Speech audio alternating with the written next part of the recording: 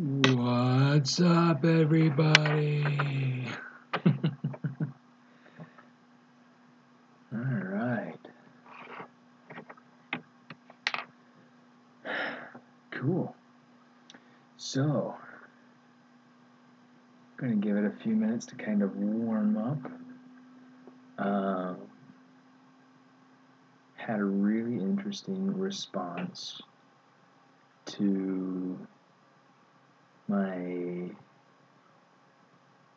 poll last week from Instagram. Let me actually see if I can pull this up, and maybe I'll put it into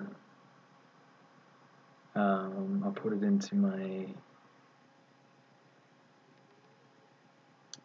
spotlight so that you guys can see this. But essentially, I went through and just kind of asked, just a random thought or something to consider for tonight's sculpt. And I feel like we came up with some pretty cool ideas. And I'm not just going to go through and pick one of them, I'm just going to combine a few ideas. So I'm going to get this pulled together. So I don't speak Portuguese. I'll let that kind of be a preface to me trying to say anything related to the topic. Sertão. I don't know if that's how it's said or not, but deal with it. It's a desert in Brazil, and so there was that. There was Candyland. There was like Winter Wonderland, and there was Fantasy. And so I've got these ideas of what I want to do to be able to kind of combine and make this really cool kind of transitionary piece, especially that idea of the Candyland. Hey, Prashant, how you doing? Yeah, let me see. So let's choose that, save. That'll work. Okay, I just need to go ahead and crop it real quick. And then I'll pull it in. Can do this. How's everybody doing? Everybody getting in all right? How was Christmas? Porcaria. Okay. Edit. Crop.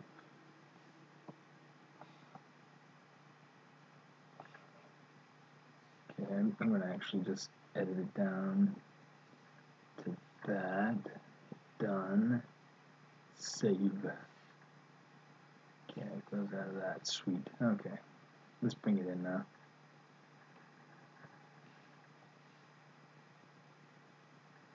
Sertão. Texture. Add the spotlight. Okay, so it wasn't Winter Wonderland. It was. Yeah, it's there's no opacity. Bring it down just a little bit more. Okay, there we go. Hey, that looks good. Let's go ahead, brush samples. Let's turn on the spotlight projection, and we're good. We're good to go. We're good. Okay, so the type of environment that we're gonna do: Candyland, Brazilian desert, snowy wintry path, and fantasy environment. So going through and thinking about these different ideas, I went ahead and I spoke with a couple of my friends from Brazil, including Ana Carolina, who also streams on this channel, and another friend. She's kind of all over the place right now. She's up in Montreal. Her name is Natalia. Chatting with them and asking them about kind of favorite desserts from Brazil, because it was funny because I had never heard of Sertão, and I totally misread desert when I'd gone through that idea. And so instead I heard or read dessert. So it just kind of went nicely with that idea of the Candyland. Let's go ahead, let's get started. Yeah, you know what, let's do this. Go ahead and drag it out. Okay.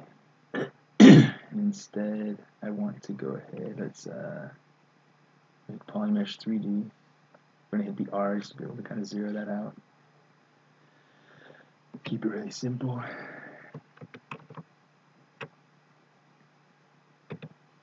Okay, good, that's what I wanted to know. Make sure that I had just the one. Modify topology, delete hidden, and now we're good to go.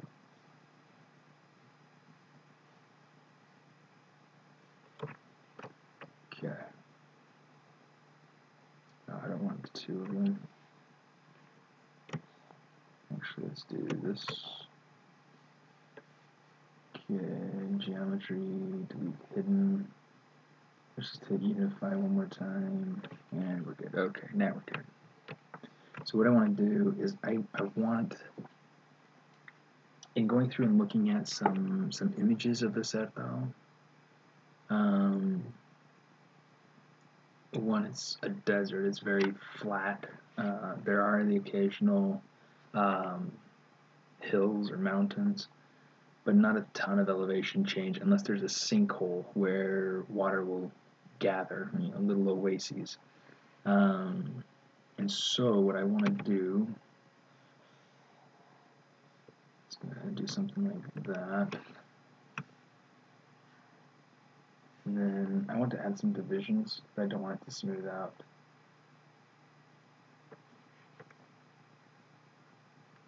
Okay. Let me see. Okay, so some of the things that I've been going through and thinking about, I've been trying to think about different compositional things, and so I want to kind of block it in a way where I can figure out my views. I'm not going to be keeping the topology. I'll be coming in here and actually turning on my sculptress mode, just because it makes sense to me right now. And preferences, draw. I just want to make sure that my max brush size is all the way up to 5,000. This makes it a little easier. It looks like so far. Hold on, I think it's not connecting to Facebook. So let me troubleshoot this really quick.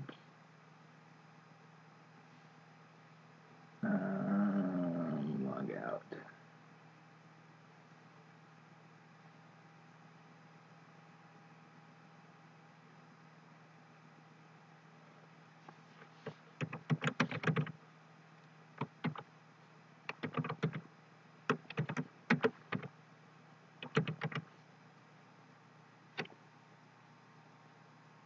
Okay.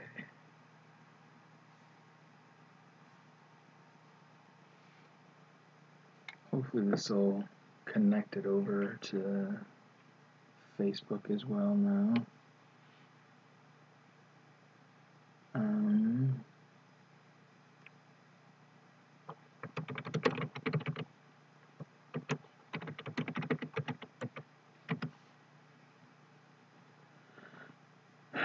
Okay, hold on, let me check this real quick. I just need to make sure.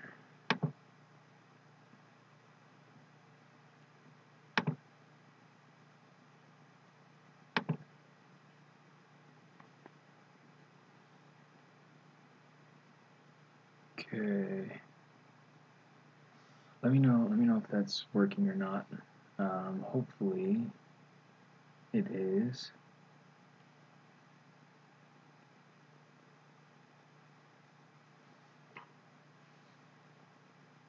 Hi, Laporta. No, I actually don't work for Disney Interactive. I work for Disney Imagineering, which is similar in ways, but very dramatically different in most ways. What I do is like it's 3D concept sculpting for the theme park rides for Disneyland Tokyo. Yeah,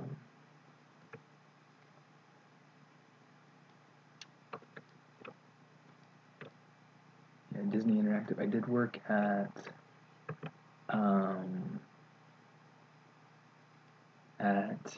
Avalanche, which is now owned by Warner Brothers, but that used to be owned by Disney, and that's Disney Interactive. And they're the ones that were responsible for making the Disney Infinity games. That was a cool experience.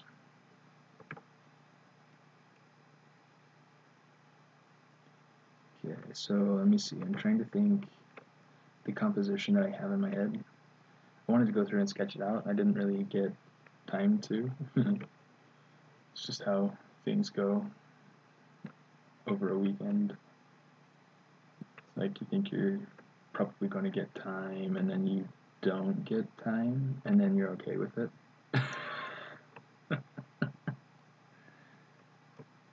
How's everybody's Christmas? How did everybody get to spend some good time with family? And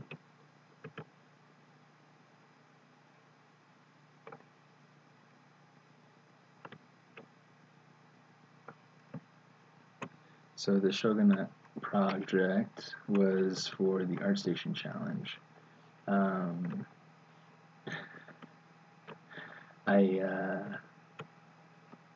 It's funny because like I really enjoyed working on that project. It was just a personal project, so it's not really like a big deal. I lost by probably 1 billion points or whatever. I don't know. But hey Tommy, how you doing? Hey, thanks Creator of Worlds. Good to see you around. Slept through the Shogunate challenge. Is that what you're talking about? Okay. Howdy, Michael. Okay, let me see. So let's see. For this, okay. So now we're trying to figure out just kind of like our base topography. You know, like how we're going to be. You know, what it is I'm trying to look at. Let me pull in. Let's get a couple of other images. Some of my reference images. I want to take in this one. That and Christmas. Yeah. I'm going to pull in a couple of foods that I really liked from, there's a, okay, so there's a really popular Brazilian sweet that I really wanted to include in this piece. And I'll have to download the images at some point. They're called brigadeiros. They're really, really good. It's kind of like a little pudding ball. They're not very big. I don't know, maybe 20 millimeters in diameter. You know, really pretty. 20 to 30 millimeters in diameter. Really, really good. You see, that's cool. Well, I guess you've already got this image in there on the side. I don't have it, so I'm just going to pull it in my spotlight. Let's pull this one in. I'm going to pull this one in. It's cocada 12. It's just coconut. I mean, it's but it's pretty cool. Hey, Cake Machine, happy holidays. Art of Bella, how you doing? Alright, let's see. Let's click on this. Let's size it down. Let's actually go ahead and just tile these uniform. That way we can see them. It's kind of nice with this cocada down here. You get 2 for 1. when I'm concepting for work, Prashant on YouTube is asking if I sketch out in 2D first, or if I just jump right into 3D, and it kind of depends. I can do it, but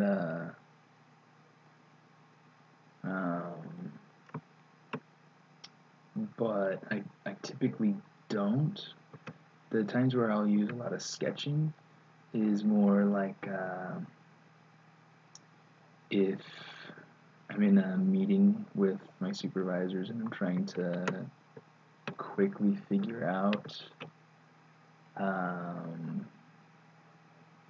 different placement or different plant option, different options for dressing a set, things like that. I'm trying to figure out the way things look. It's anything that I need to really, really quickly pull out an idea,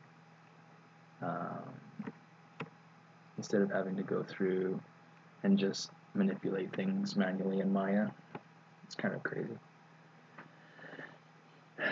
Art of Bella, yes. This setup that I'm using for streaming, it's inspired by, okay, it's not inspired by, it's totally ripped off from Ana Carolina.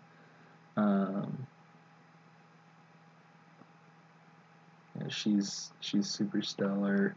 Really look up to her work, and I really liked the frame that she had for her streaming. So I was just like, I want to do something like that, and never asked for permission. I just kind of pulled it all gangster like that,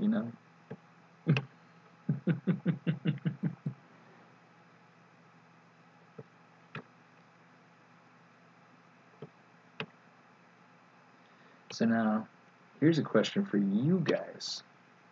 Okay, now, the streaming is rebroadcasted between 3 main platforms. It goes between Twitch, YouTube, and Facebook. Okay, so just out of curiosity, what is your reason for picking the platform that you watch it on? Is it convenience? Do you feel like you just don't care to have extra profiles and other software? What is your reasoning for picking one streaming site over another? Whether it be the Facebook or the Twitch or the YouTube.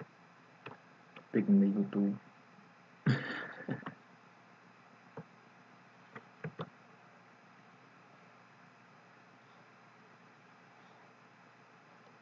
YouTube.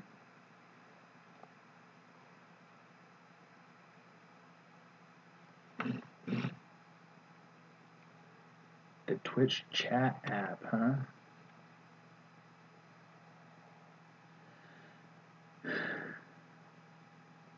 Most casters respond more to people on Twitch. I'll agree to that. One of the interesting things I'm noticing with Twitch is that Twitch seems to be more responsive. It's quicker, it's more live for me. I notice that I get responses from people on Twitch more quickly than I get responses from people on other channels, especially Facebook. It seems like it's the slowest. But yeah. Okay. So far, this is looking pretty cool. I mean, this is obviously going to need to be expanded out. I think I'm liking this a bit. This right here is intended to be kind of the angle that I want to have my final composition looking at it.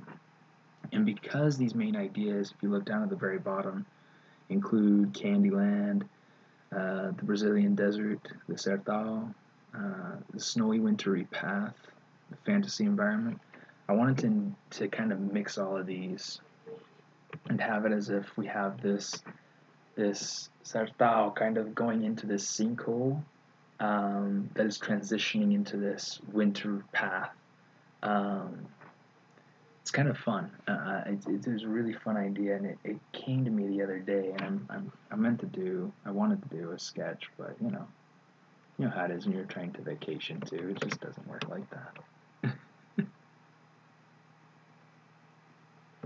Okay, let's get some masking action going on in here. Okay, we're gonna go here, jump that, boom, something like that. Okay, by holding Control, Sean in 3D. Hello, Sean.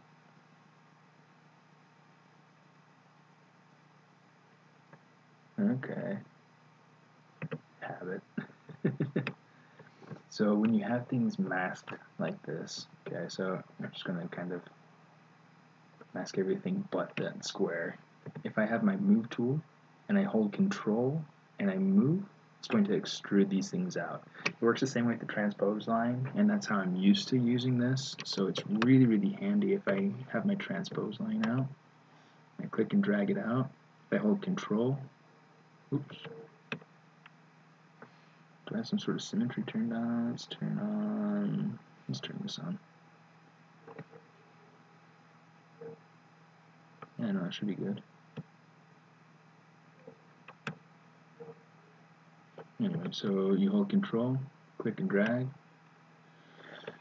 And what's nice is that if you use Control on your rotate, or not on your rotate, on your scale, you can kind of scale in. It's not scaling in very quickly, but it's doing the same thing. You see how it gave me an extra loop going around there? Pretty cool idea. So, or pretty cool tool, pretty cool technique. I don't really need to do that right now, but you get the idea. So that's what I was doing with this over here. Okay, actually let's turn off. Okay, so yeah, what I want to do, let's take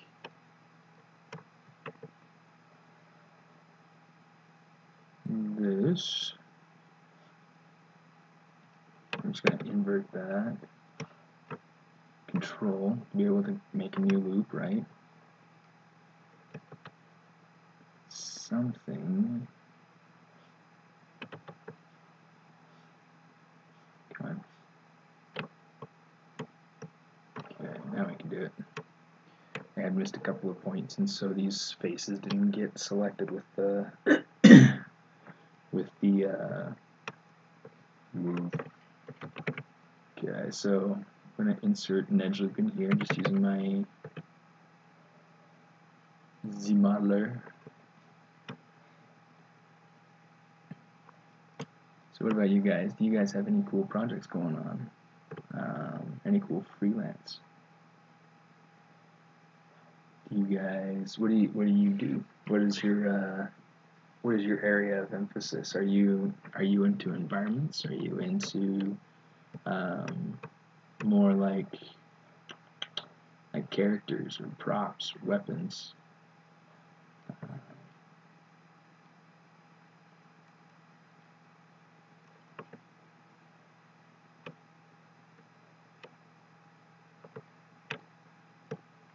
Let's see how we can modify where this placement happens.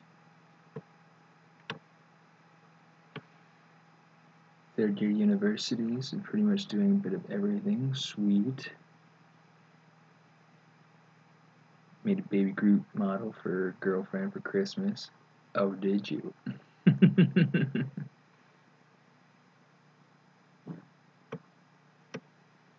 Would I happen to be familiar with said Groot model?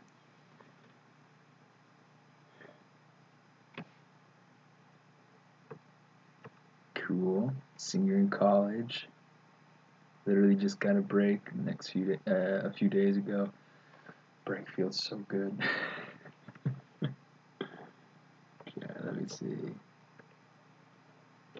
So those of you who are in university, are you looking and trying to get internships and things like that?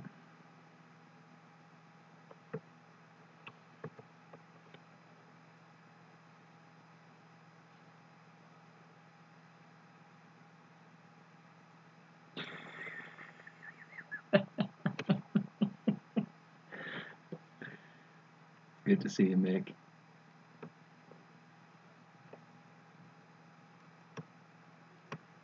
Turned out really good too. I don't know if you have it posted anywhere, but if you do, should send the link so everybody else can see it too. So Mick, Sumerian King,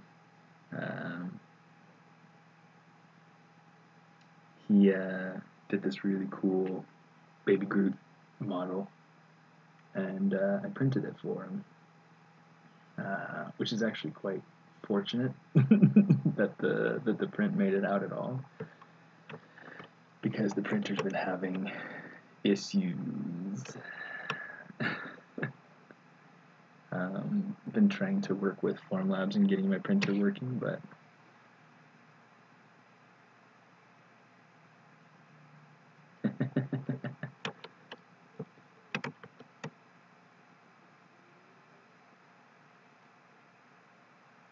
okay, Mick, well, when you get it sorted out,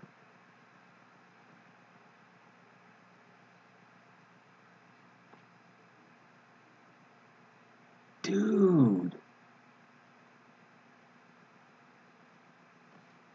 Okay, go check out the link that Sean posted. Let me see if I can oh, here, I'll copy that right there. Copy, reply to all chats. Boom. Okay, go check that out. Sean did this awesome Darth Maul sculpt. It looks stellar. Darth Maul's tricky.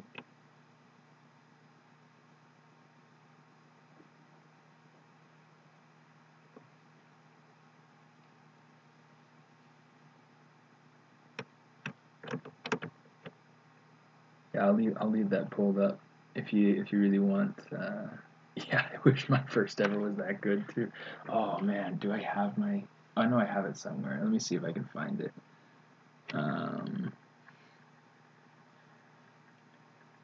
Trying to remember what it was called. I need to go through and like rename these things because this is really crappy.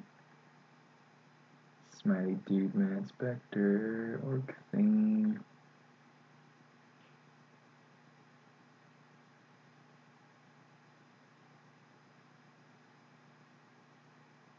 Oh, I don't want to spend a whole lot of time looking for this.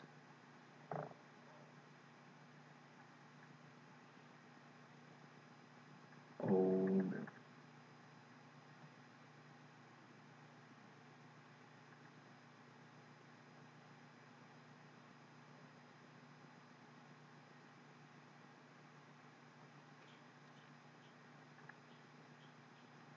It's always very interesting going back and trying to find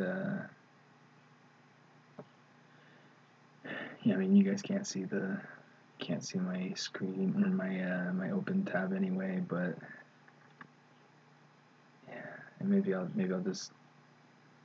go ahead and I'll post a picture of it on my Instagram later or something, like in my stories.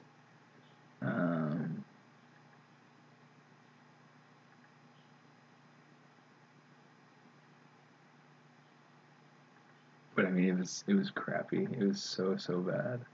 Oh my gosh. No, I really want to find this. This is driving me mad. So if you look down in the bottom corner on the left, you'll see my social media handle. Yeah, smartest. Yeah.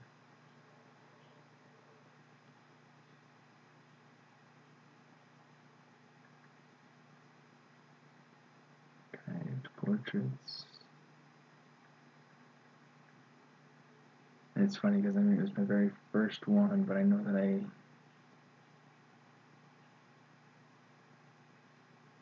fact I might have actually because I like to save things to my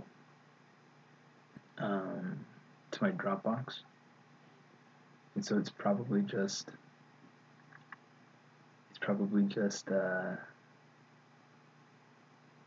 saved and gone. Well, here's one that's nearly my oldest.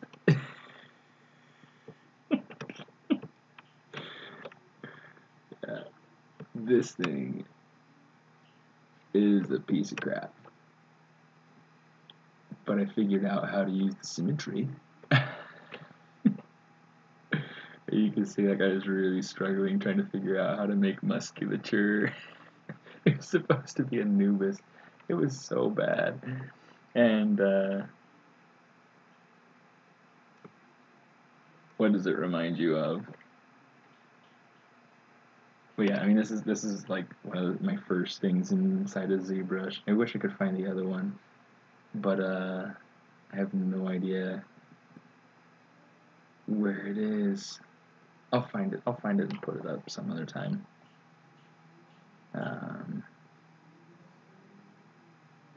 But yeah.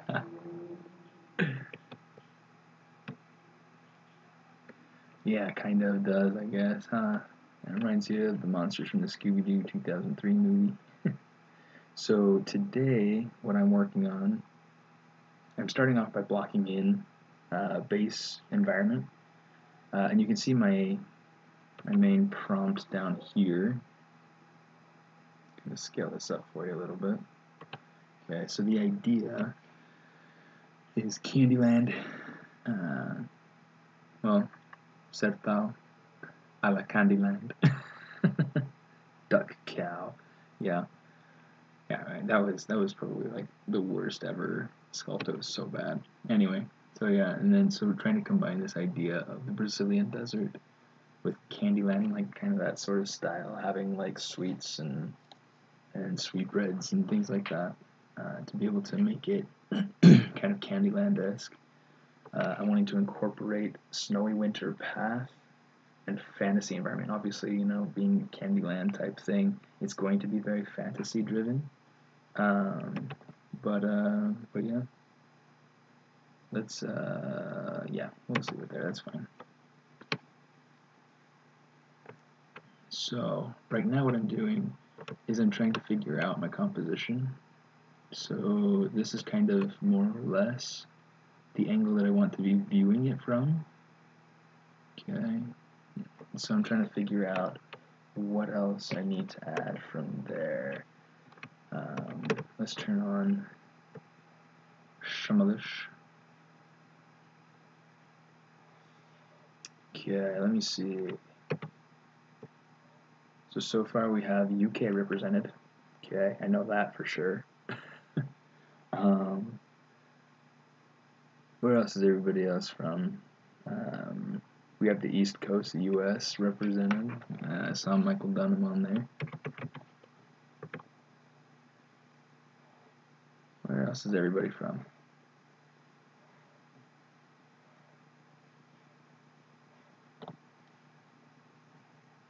Scotland. Awesome.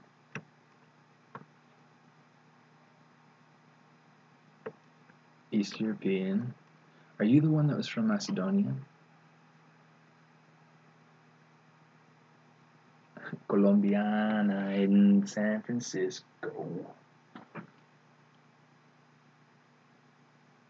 Lithuania. That's pretty cool. I think that might be the first time I remember, or at least, you know, remember hearing that there's somebody on the stream from Lithuania.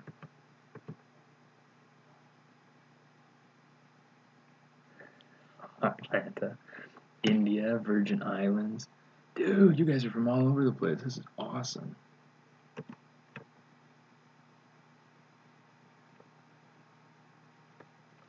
Do you guys ever experiment with Eastern Canada? So are you from the French side, or are you still kind of like over in the English side? Referring to you, Marpak. Marpak. Must be French.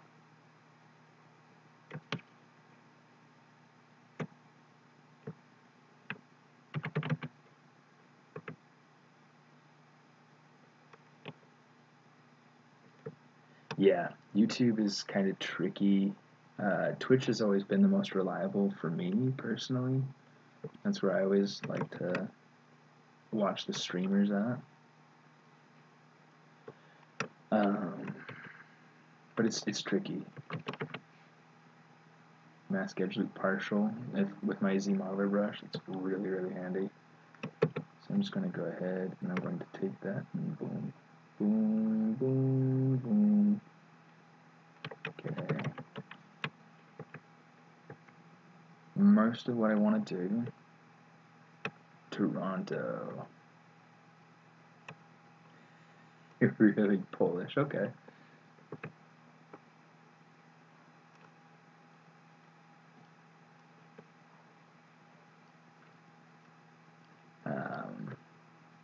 What's his bucket? Louis Tucci.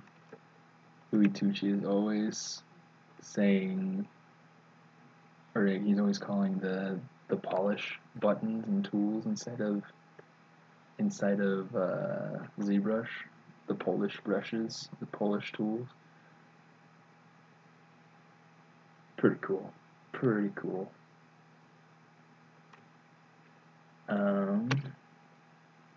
Okay. Art of Bella on Twitch. For every concept sculpt, do you always do it in ZBrush? Have you ever started the concept on any other program? Before ZBrush, if I wanted to do a concept, I would either use Photoshop to sketch it out, or I would do just Maya, just like concept modeling in Maya, which I do a lot of working at Disney. Pardon me. How did I extrude using transpose? So to be able to show you that real quick, let me just kind of grab some of these. So I can just kind of, to be able to do that, you can use your masking tool, and you hit Control once you get to a certain point. You just let go. So now it inverts. Instead of masking, it unmasks and masks everything else. Really cool. Okay, so anyway, using the transpose line, it's the same thing with the gizmo. So you can use the gizmo or you can use the transpose line.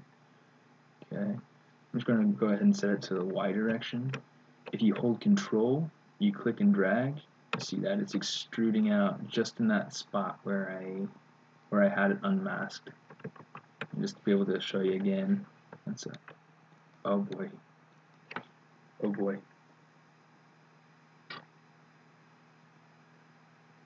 Okay. The computer, yeah, it's Control. My computer is kind of bugging out a little bit. Hopefully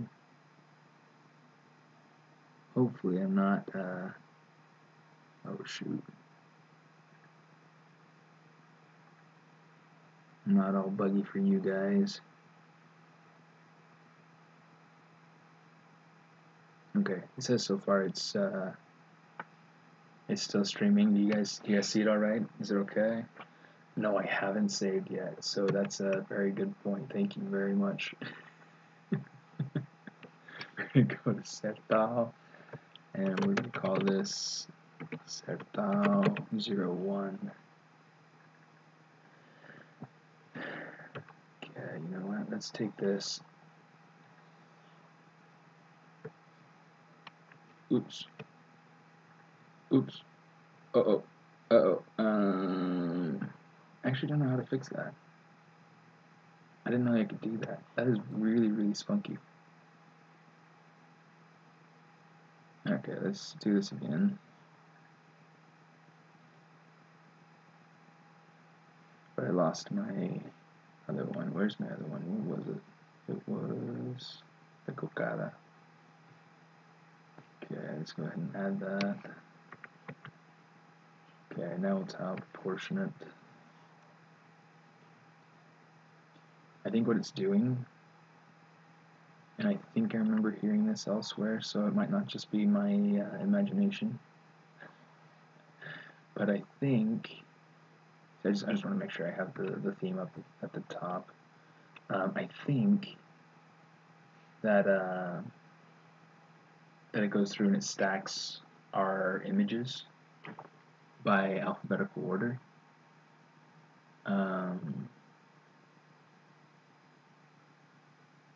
Maybe. Well, maybe not. I don't know. Anyway, let's go ahead and make sure that that's saved. That is saved. Okay, we're good. Replace it. Yeah, okay. Yeah, so stream is good. That's good. Okay. So for Disney, that's where I'm working currently. I'm a concept modeler there. And then for sorry if you guys can hear the sirens in the background. It's Los Angeles.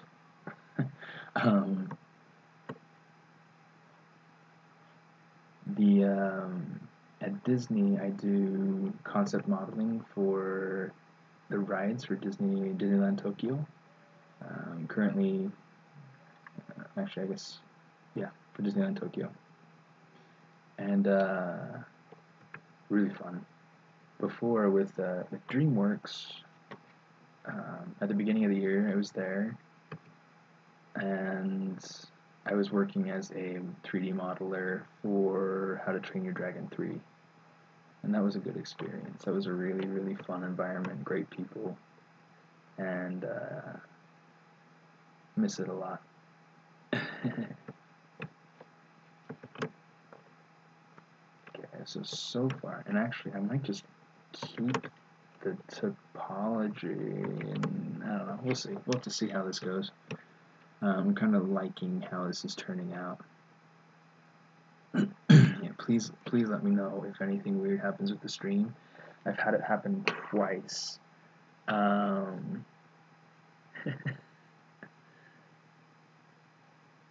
Yeah. I mean, I did spend all of the stream last time on the Mech Dolphin, which was kind of a fun exercise, but people weren't really interested in it.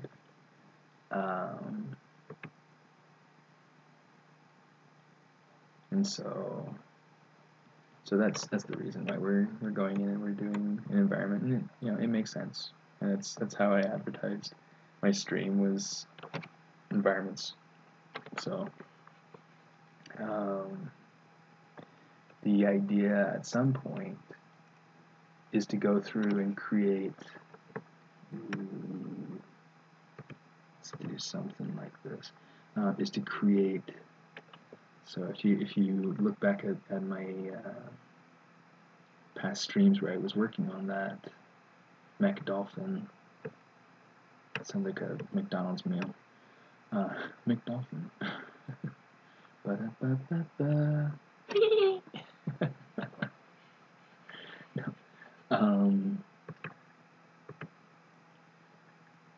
You'll see like my fish bot. In fact, I can pull out a sticker. So yeah, this is my fish bot that I did as part of the beta for R8, and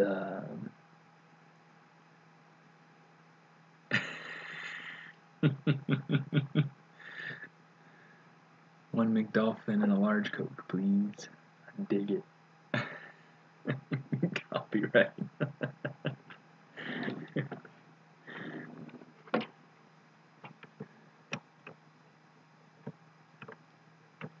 Okay, let's see. Alright, so this is looking kind of cool for what I feel like I might want to do for kind of like the rocky base. So maybe what we want to do now is, now that we have, and I mean this isn't going to be a super expansive thing for right now, what I might do, I wonder what dolphin would taste like. Have you ever tried horse? I imagine it tastes nothing like horse.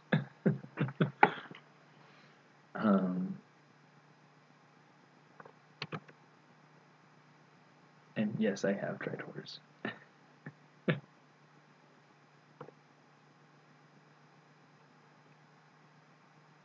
Let me see. Yeah, okay. Anyway, so this is kind of cool. Let's exaggerate some of these changes a bit more, as long as it works for the composition. Pigeon. Now you're just pulling my leg. I could believe you trying horse. I tried horse when I was living in Chile. And I assume that there are other places in the world where they eat horse. But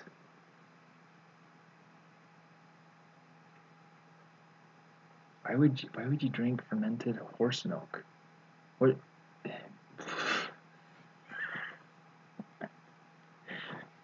Pigeon is good. So, on the note of pigeons, one, is there anything you can compare it to?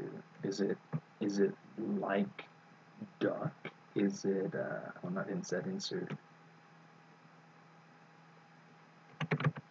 Is it like chicken? Is it, what is pigeon like? Is it gamey? Is it, I don't know. I don't know what to ask. Let's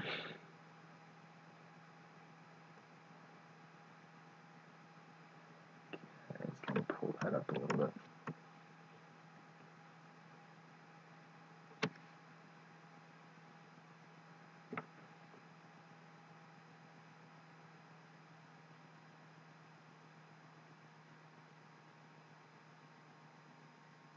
Canada. Yeah, I heard duck isn't very pleasant. It's funny. It's like I just had a conversation with one of my friends who's vegan. She's very pro animals, pro animal rights, and feels that they deserve the same chance at life as any person would. I don't feel that way, but she does, and I'll respect that. Scientifically proven ducks are evil. The V word. Oh, you poor vegans. Okay. Yeah. Well, it's funny because like my sisters, when I told them that I'd eaten horse, they were like, "Oh no." Okay. So over here, I want it to get rockier, and I want it to get. I'll probably start putting in trees and things like that. I want to put in a tree right here. So just for the sake of blocking it in, we're going to come over here. We're going to use our curved tubes, and I'm going to modify this a little bit. This will be hopefully helpful. Let's go to curve. We're going to lock start. Yeah, we'll lock end too. It's helpful to me. Oh, this is the other thing. Curve step. I changed that up to 1. What that does is that when you draw out your curve, it's going to go ahead and it's going to create edge loops in that curve tube at every segment of that curve. If you have it at any value less than 1, it's going to make multiple segments, multiple edge loops in every segment.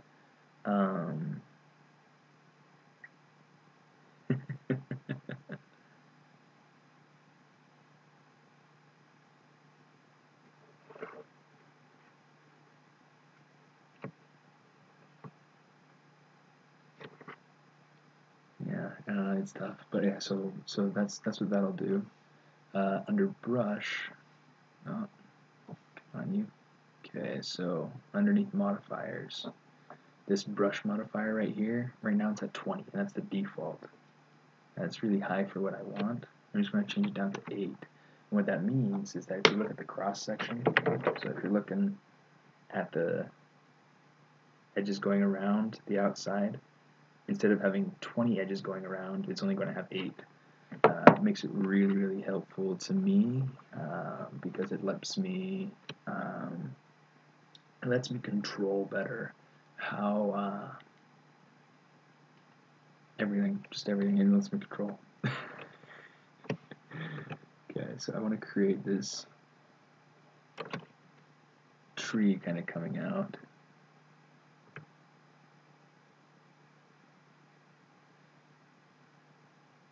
So you can see, like, if I turn on my topology, you can see that it's got these 8 edges going around the outside now. And that makes it really helpful to me as a 3D modeler. Sounds optimal. Indeed, it is. Okay, here's something else I want to go through and play with. I'm going to come in and turn on my size and start and end. Just come on you. So let's flip vertical. So now it's going to start thick, end thin, but I don't want it to end that thin.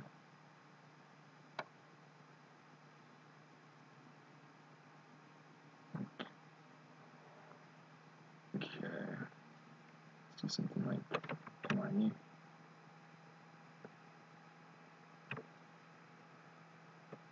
Lasagna landscape. No. Yeah, so essentially what I'm doing is, let's split this off.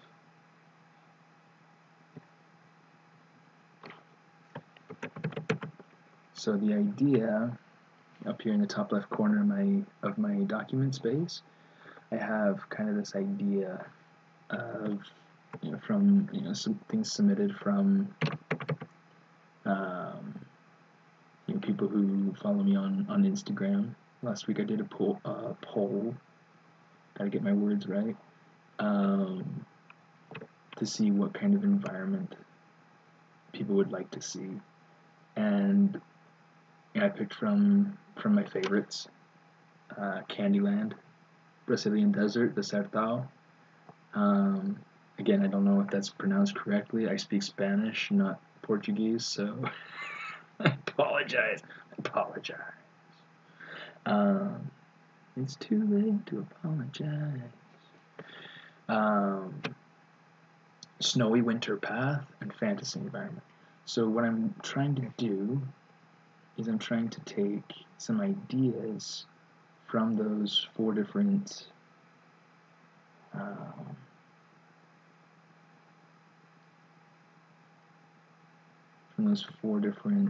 ideas. I mean, really, like, they're so super completely different.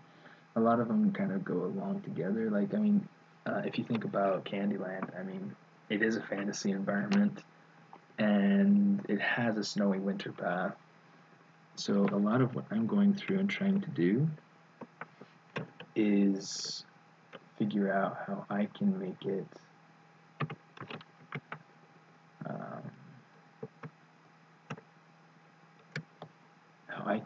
kind of work,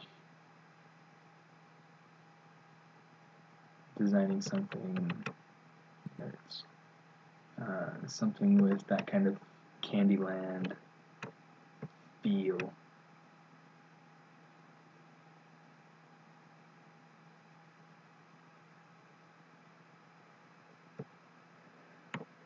Candy lasagna, oh my goodness.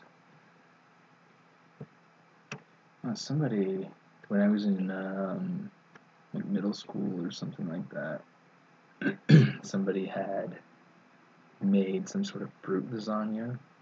It was really good. Different, but it was good.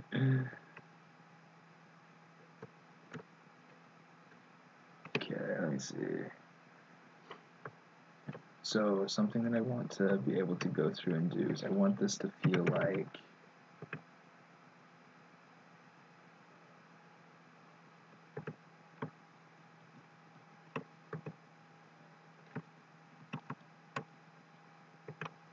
I don't like that. I want this to feel like a twisty. Ooh. I got a better idea, guys. Okay, here's what we're going to do. So by holding Control, I don't have any part of this masked, okay? And if I don't have any part of it masked, if I hold Control, click and drag, it's going to make me a duplicate, but it's going to keep it within that same subtool. Okay, so here's what we're going to do. We're going to make this the root of a tree. We're going to make this kind of coming out. This is going to be There we go. That's more tree size.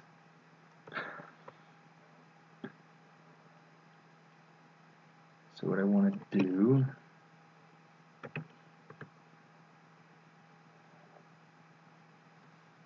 man, let's see if I can get this to really work. Now here's an opportunity for me to use my transpose line. So because this isn't moving quite the way that I want it to, I'm just going to use this end, just kind of move and manipulate this. Okay. If I hold Alt, I can click and drag this center white circle right in there. Just click and drag, and that'll kind of give me little wiggles. Okay. If I use my scale, it's not being a very dramatic help. Let's see if we can get this to be.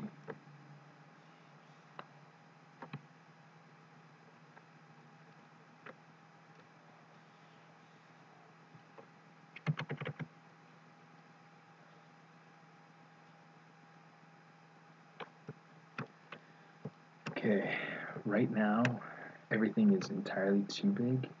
Okay, and I can tell because my brush is at 5,000.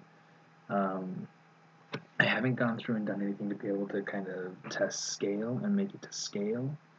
So I mean, it's all right to go through and make things not to scale, especially for this stage. Let me actually save because that's a good thing to do.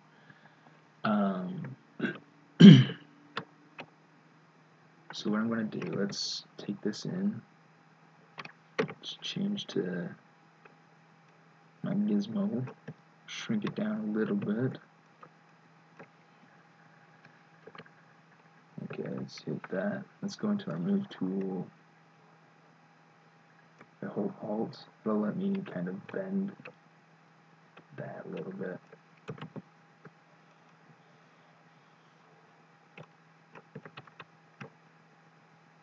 Let me see if I can figure out.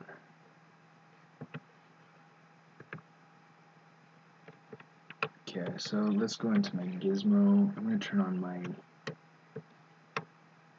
pizza boxes. Now I can scale everything down. Okay, let's call that good for now. One thing is for sure. That tree is... I'm going to need to make the ground bigger. So let's do this. We're going to take... Let's solo this out. With my ZModeler brush, I'm just going to go ahead. Let's mask actually partial, because that's what we do. And now I can use my move tool, control, click and drag that out. And just for the sake of making sure that we get the size of the stuff the way that we want, the size of the ground plane, I'm going to do that. Okay, my screen, my computer is like super not playing nice with me.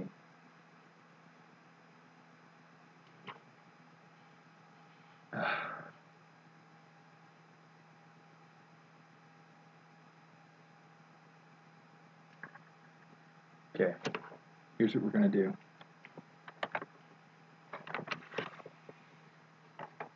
I'm going to flip over to being just one screen. I'm talking about the second monitor because it's not working for me. Oh, I don't want to restart ZBrush. I'm hoping that this will do the trick. If it doesn't, then I truly do like super apologize. I had some work to do on this computer earlier, and it was doing this similar sort of things, just giving me problems and just absolutely driving me nuts. I was supposed to have a new computer arrive before Christmas Eve, And guess what hasn't gotten to me yet?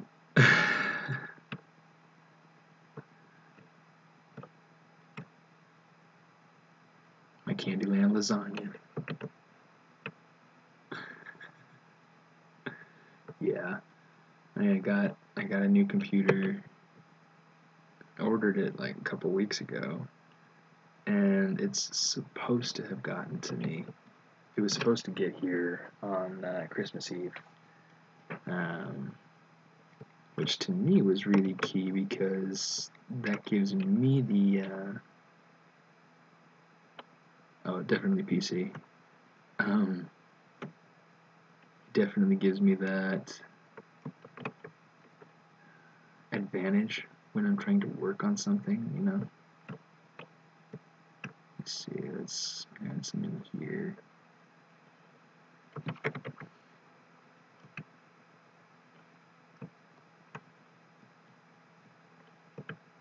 Well, it's funny because it's like I've never had this much of an issue in getting shipments to myself, you know.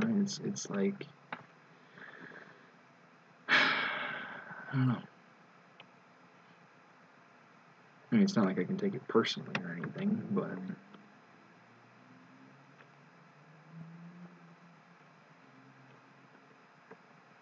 okay, let's see if we can make this feel like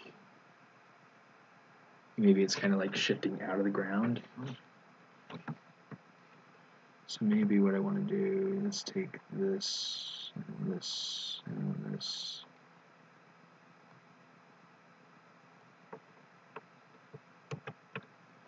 It might be part of the holiday season. It happens sometimes.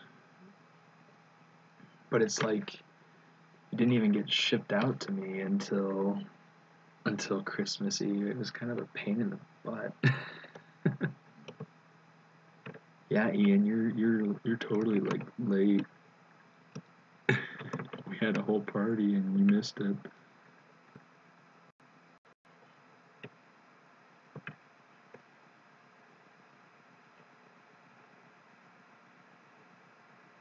Okay, I'm just trying to figure out.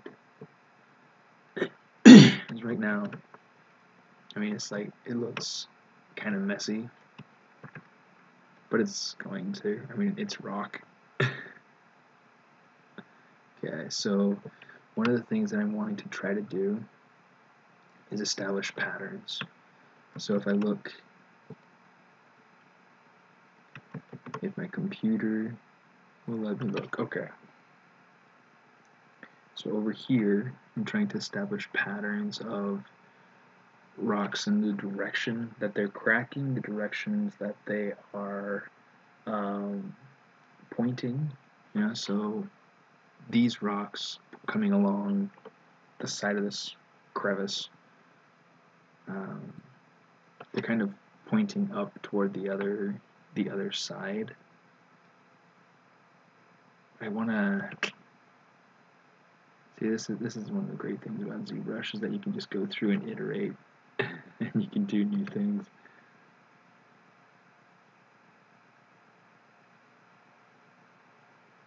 Okay.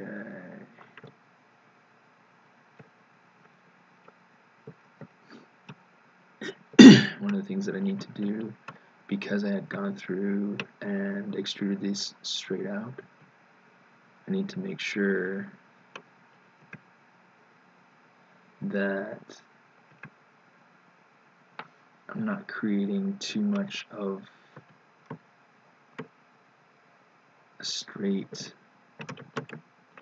transition. I need to add in edge loops in here first off, but I need to make sure that these patterns help us to feel a directionality and a purpose to the rock. It helps so that it makes it feel more natural.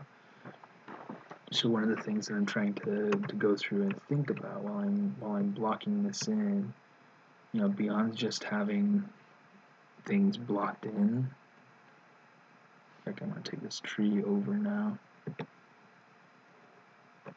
Oops, turn off the pizza boxes. I was going to say I brought up water.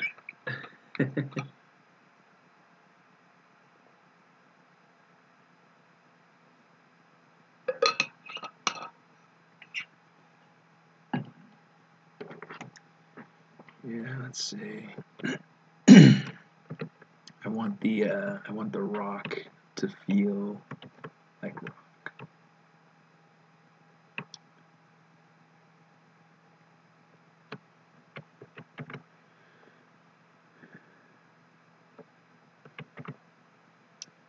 You know what? Let's come over here. Let's use our mask tool so we can mask out that edge loop. And then we can come over here and we can add in an extra little ledge there.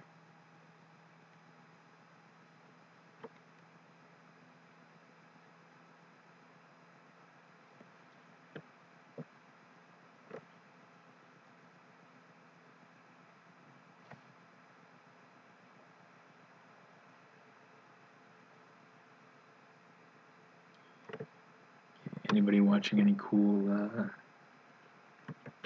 shows or movies? Seen anything cool lately?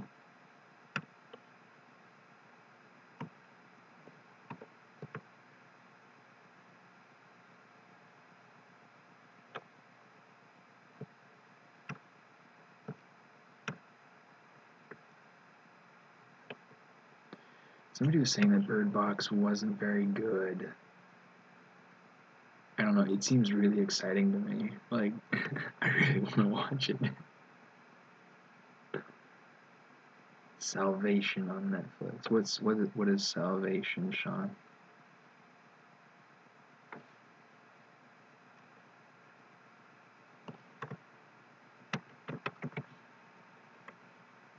We're going to insert some extra edge loops in here. Oh, and here's an interesting question, something that I hadn't thought of before, but do you guys have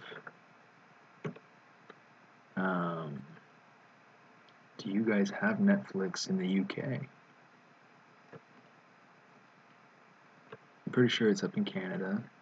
I'm pretty sure it's a worldwide thing, but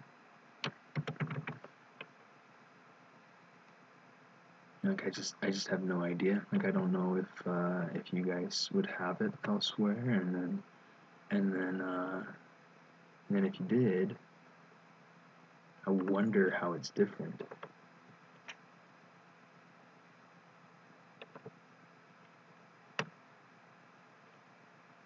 Ooh. Okay. That's pretty cool. Oh no, I wasn't suggesting it. Oh, come on.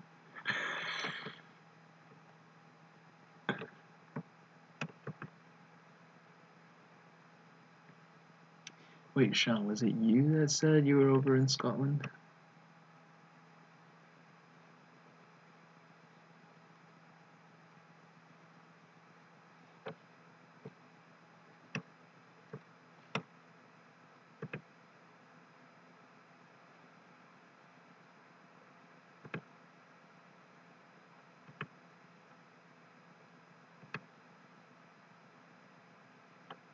That's right, okay. Which part of Scotland? My mom grew up in Edinburgh.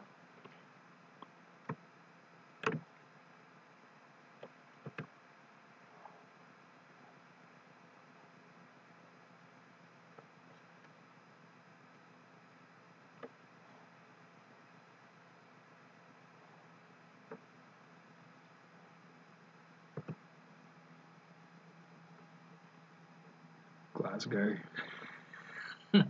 Murder capital. That's a terrifying thing to say. Feels like there would almost be a Netflix series about it.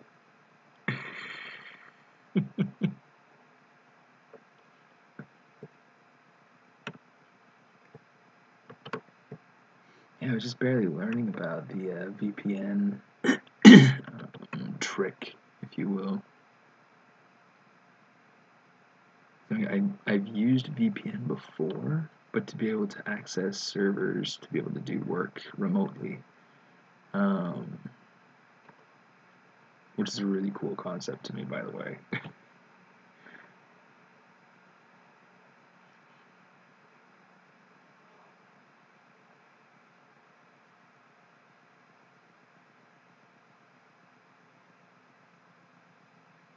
Broad Church.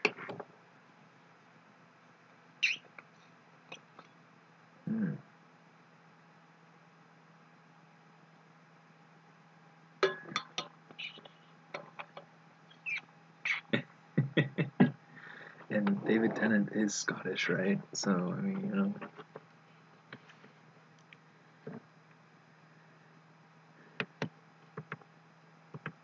Okay, I don't want this to go kind of straight out like that. Let's actually take this and start to... I love Gerard Butler. The dude's a stud.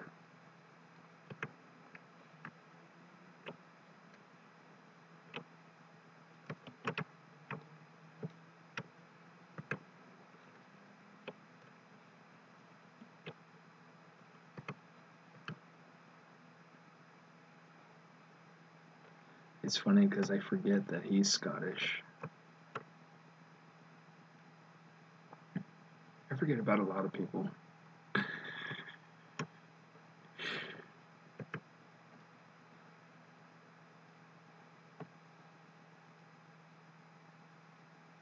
Yeah.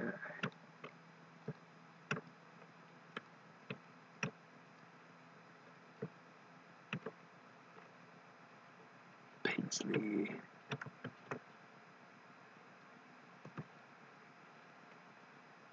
That's a pretty cool name for a place, Paisley. Dude, when I was living in Utah, yeah, people there are very adventurous with what they name their children.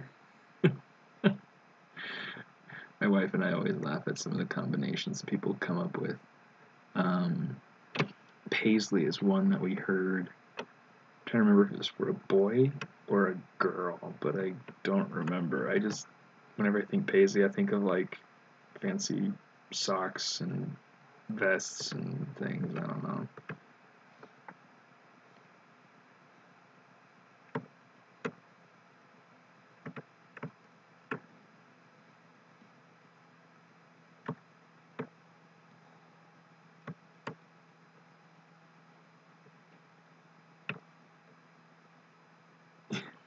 It's the best thing I can think of to be able to describe it. I mean, it's something else. It's something else. And they'll take a perfectly good name and they'll spell it in a really weird way. Castle Milk.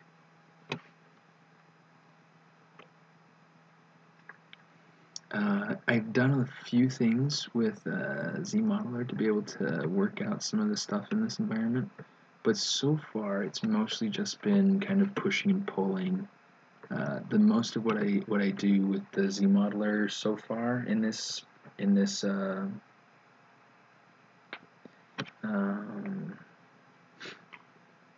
on this ground plane has just been adding edges. It's really quite a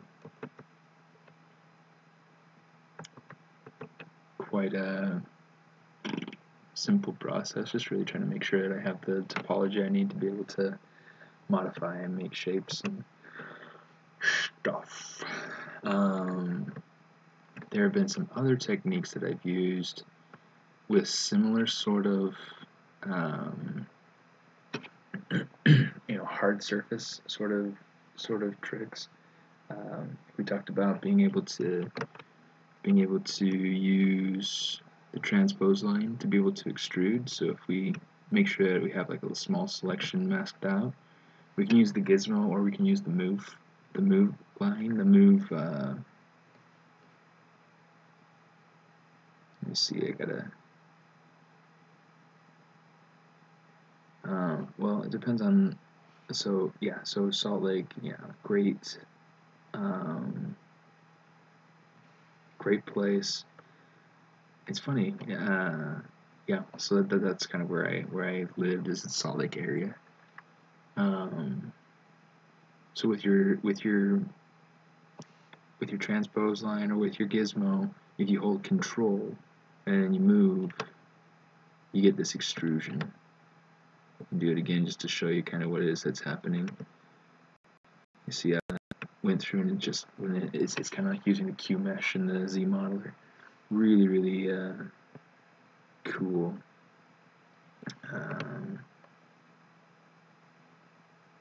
A lot of what I do, so I love jazz. I love listening to jazz. I love playing jazz.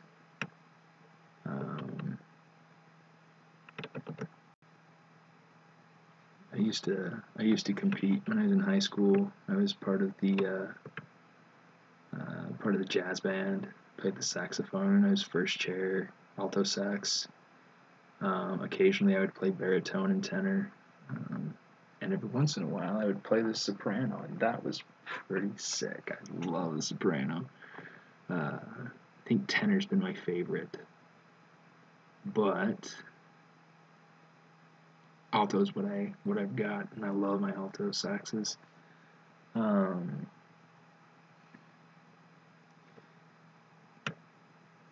Yeah, so the reason why I'm not just subdividing right now is because I want to make sure that I keep kind of crisp forms where I create them. The nice thing about keeping it really low poly is that I'm able to create these sharper corners, and that's kind of what I'm wanting at the moment.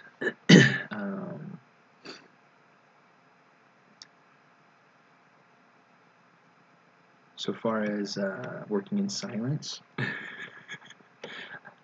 when I'm at work, often I will listen to YouTube. Sometimes it's chemistry or physics videos. I find them fascinating. Before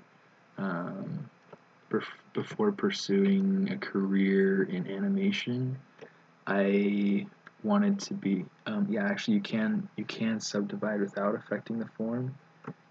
If you come over, so watch this. It'll keep its rigid shape. Under geometry, there's this smooth button next to subdivide. So with that turned off, you see I didn't change the shape at all, but it added subdivisions going in there. If I turn it on, in fact, let's just for the sake of being able to compare, let's Shift S, bring it down, Control S, just to be able to save that.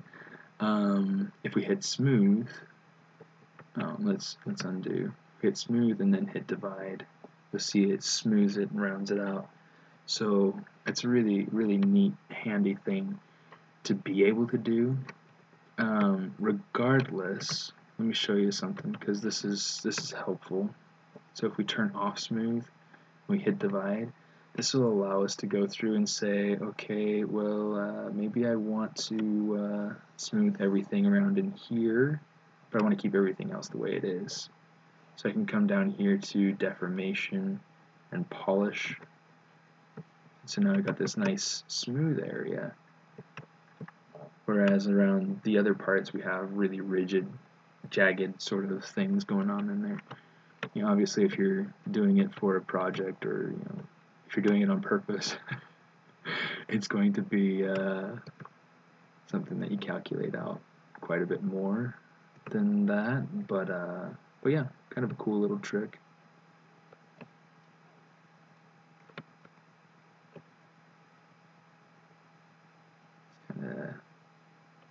Play with these roots a little bit.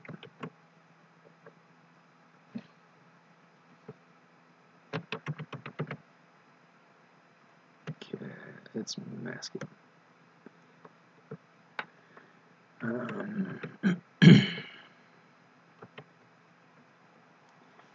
Yeah, sometimes I'll go through and I'll actually listen to music.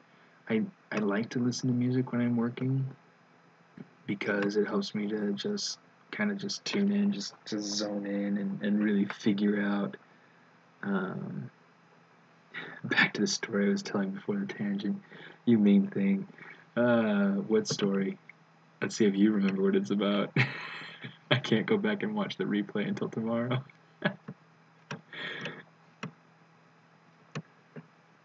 Polygroup Island. Okay, there we go. Story from before the tangent. You're gonna have to be like a bit more specific. You'll try to check. Do you think it'll let you? The physics. So a lot of what I like to listen to are things like physics, just things that kind of just explain things. There's a channel actually. Look him up. He's Mark Rober. You've probably seen videos of his, but look up Mark Rober on YouTube. Before I wanted to pursue animation, is that the story? Okay, so if that's the story, maybe I'll make you guys wait. No, just kidding. So before going into wanting to pursue animation as a career, I wanted to. Oh look, something shiny. I'm just kidding. I wanted to be a marine biologist. I wanted to study coral, and particularly coral genetics. We demand a story. Yeah.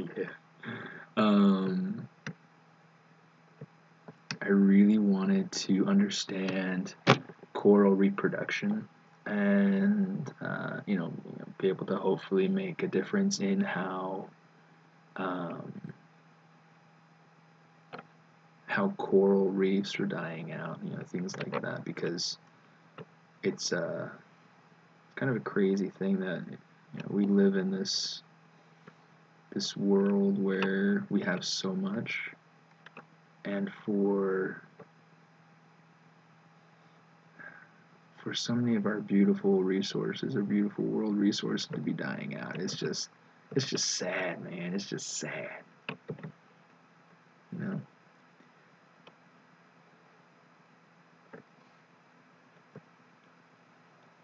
Let's make sure we got all this messed out, because I don't want to lose. I just want to create something of a twist.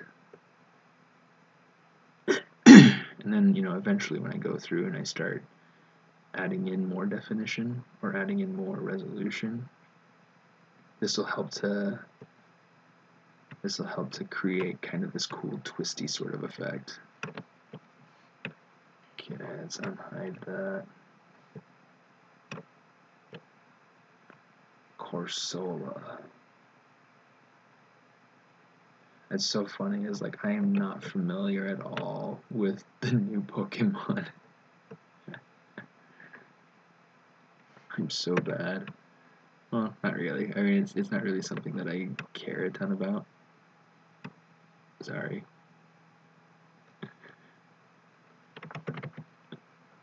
Okay, so with this one,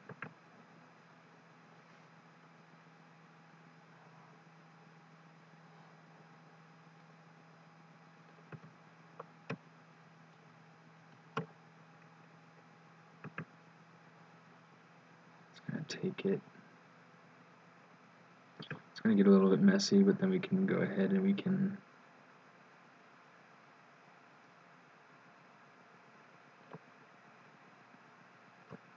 correct it.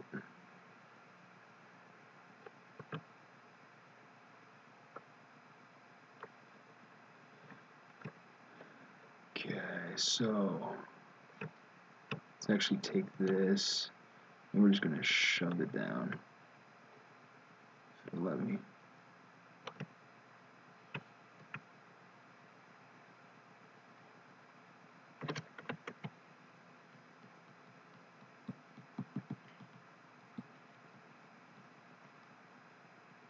Let's kind of beef it up some so that it feels more substantial. One of the tricky things is trying to figure out your shapes, trying to figure out your designs.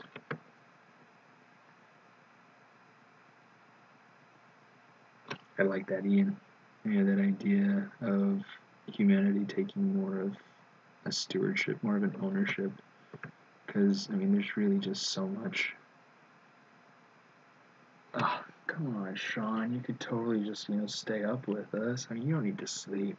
You don't need to sleep. Just kidding. Merry Christmas, dude. Have a wonderful, wonderful good night's sleep. Get your beauty rest.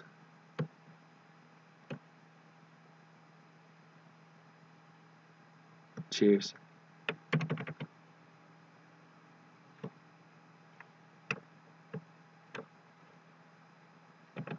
Let's actually take this.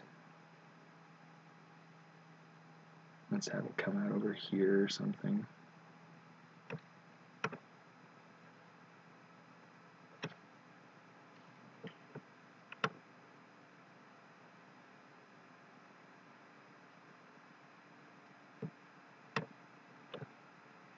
Oh, Tommy, you heading out too? Or are you just saying goodbye to saying goodbye to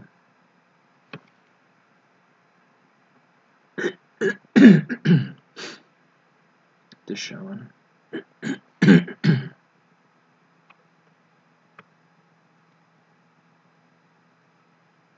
Oh, okay.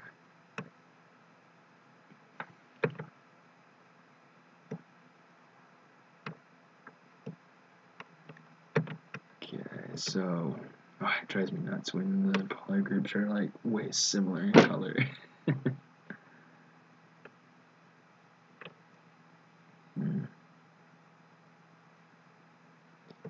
Okay, so right now I'm just trying to figure out kind of some placement for some larger roots. Ooh, having it crawling down the outside as if it's make it as if the tree like tilted over, like maybe it was blown over or something a long, long time ago. Good morning from the UK. Man, it's like almost 3 o'clock there, and you're saying good morning?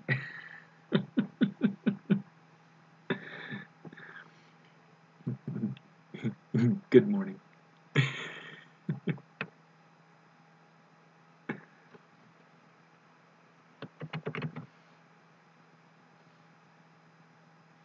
let's take this. Let's pull it over.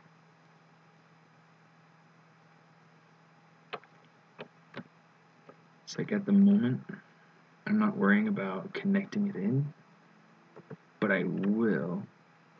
Oh, 5:27? I thought it was like 3 o'clock. Maybe I saw it wrong.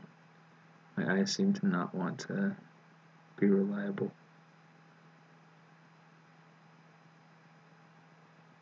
Oh well.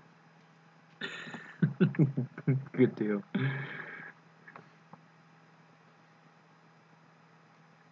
How did Christmas go for you, Rethon?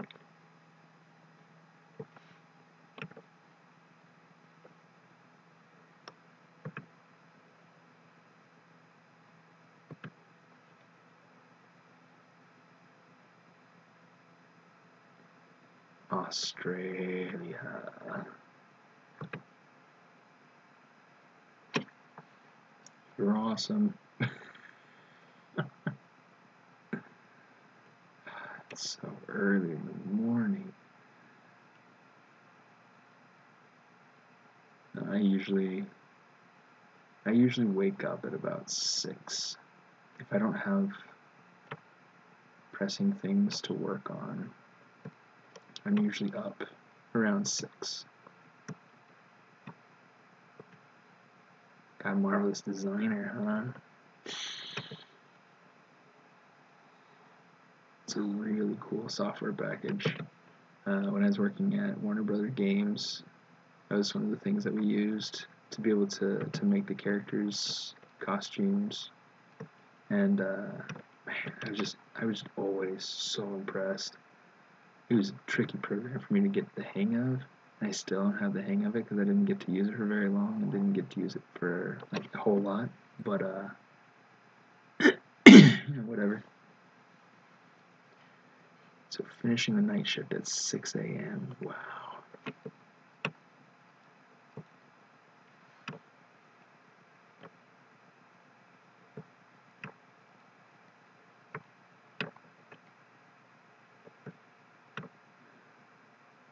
So far we've got these kind of coming out here. Let's kind of pull out another one.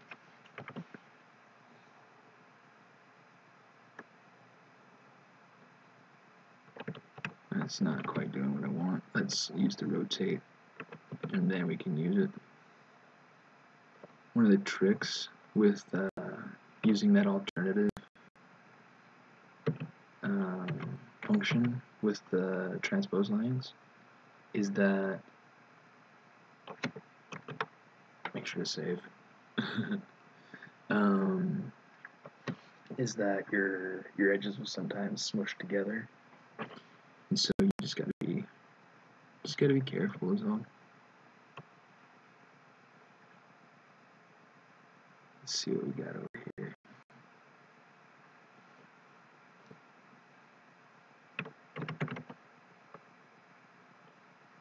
Let's fix this sound because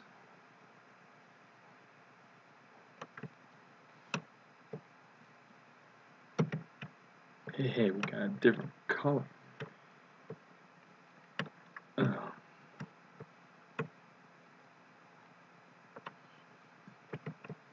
Okay, so let's get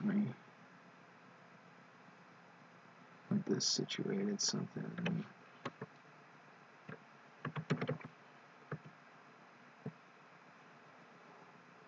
Like this.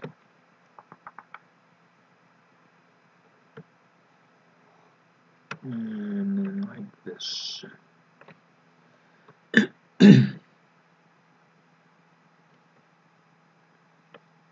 Yeah, no, Christmas is great. We got to go and we spent it with my in-laws,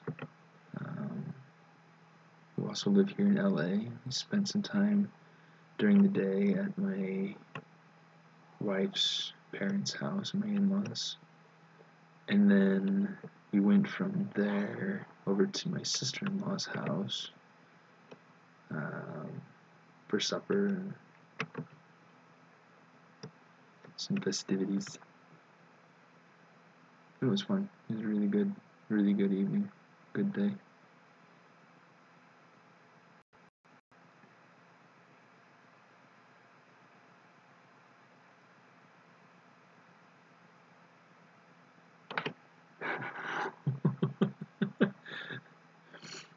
So really, you're missing pieces in a Lego set, man. Quite honestly, I don't think I've ever had missing pieces in a Lego set. That's just blowing my mind right now. Or maybe I have actually. Z-Tree plugin.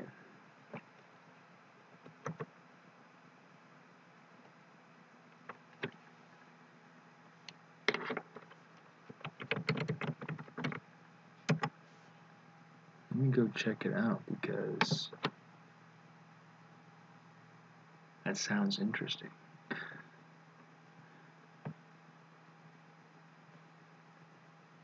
If you guys want the link to that, here's the link. It looks like it has a lot of really interesting stuff in it.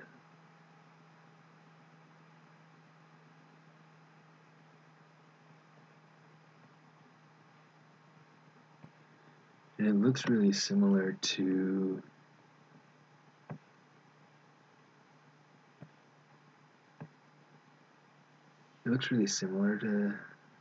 something that they made for Maya.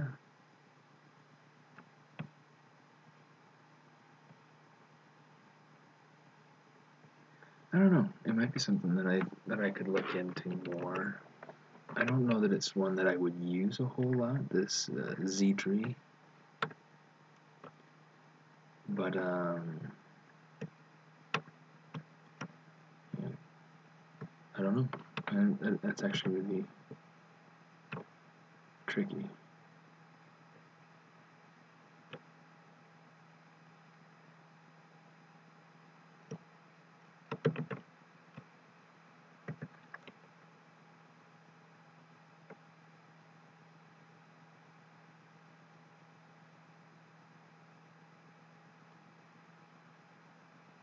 Okay, let me see.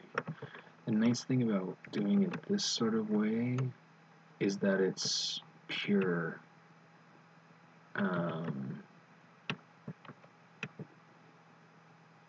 Pure creativity. I mean, it's really not anything that's. This is something that anybody could do. And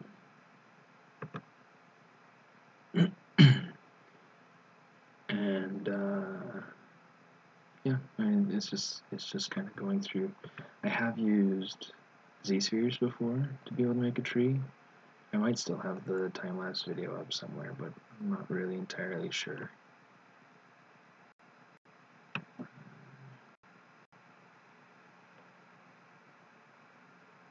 Bella with a portfolio question, huh? All right. Let me know.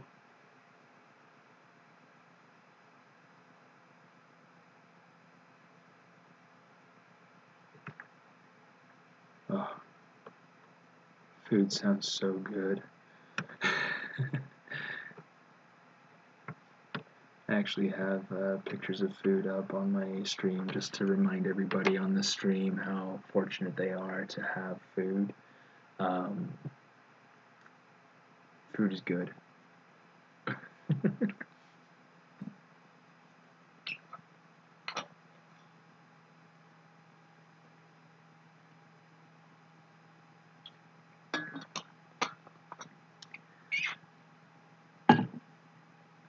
Yeah, Art of Bella. If you wanted to be able to ask me questions, you're welcome to message me in private. You're welcome to share things here on the stream chat, whatever you'd like to do. The nice thing about the stream chat is that this is a good networking group for you. So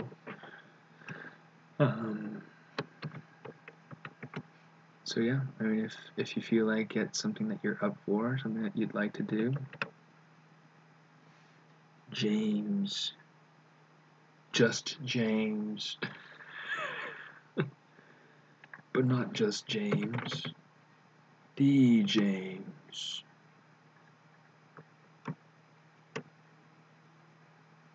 How you doing, buddy?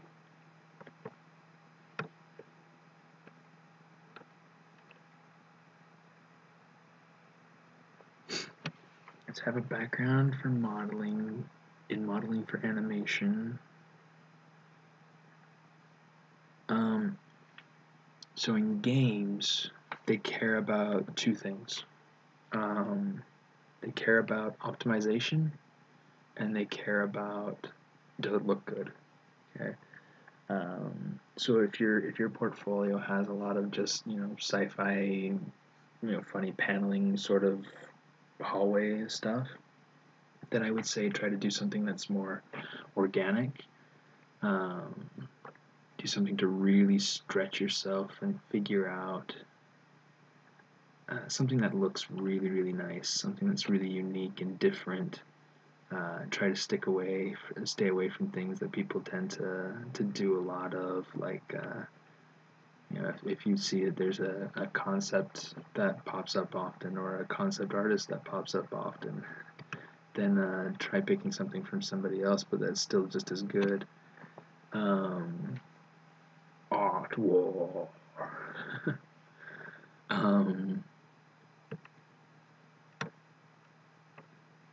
Hey, Eric.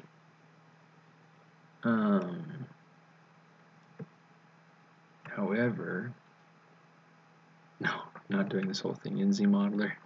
Crazy. Yeah, so what this is going to be is this is going to be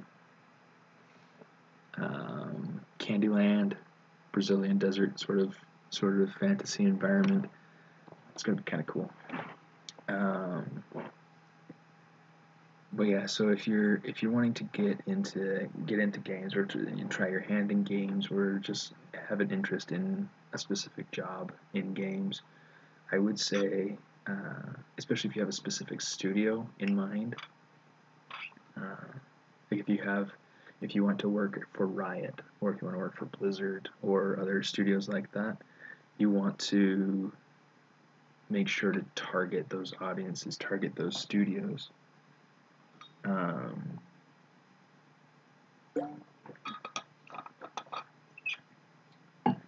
You want to target those studios, their style.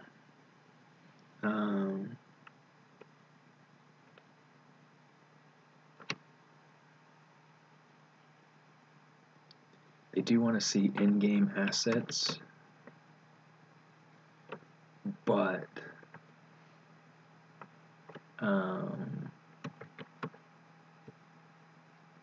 you know, they really just want to make sure that they are getting somebody that can, you know, somebody with real chops, somebody that can do the work.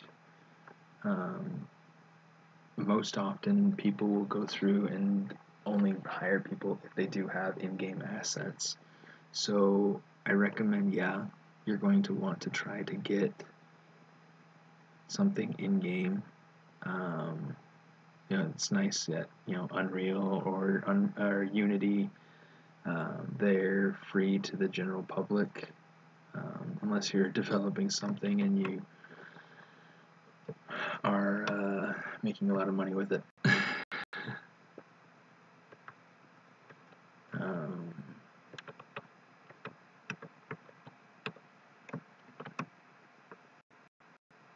Yeah, it's going slow. Can't wait for that new computer to get here.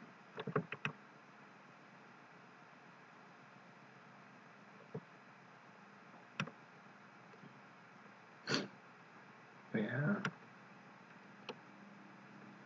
What's nice though is that a lot of, you know, so you're talking about that taking that game modeling class. If you're the nice thing about environments is that really, like, an environment is really nothing more than just a big character. Especially when you're looking in the realms of animation and games and things like that.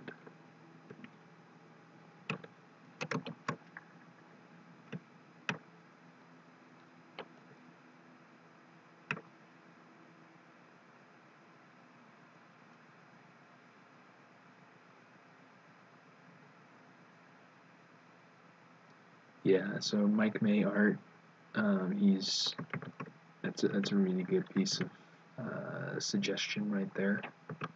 I would definitely recommend doing something like that.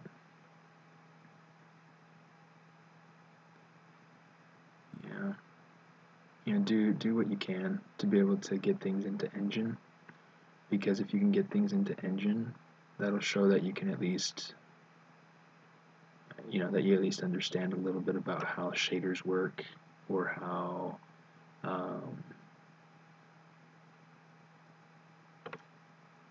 you know, and a lot of the lighting, those sorts of things, the rendering is pretty much automatic.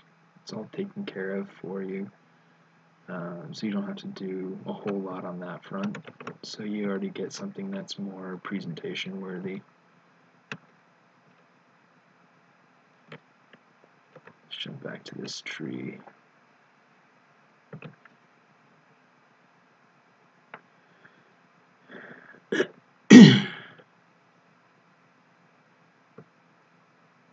No, questions are good. Questions are alright. We definitely care about questions.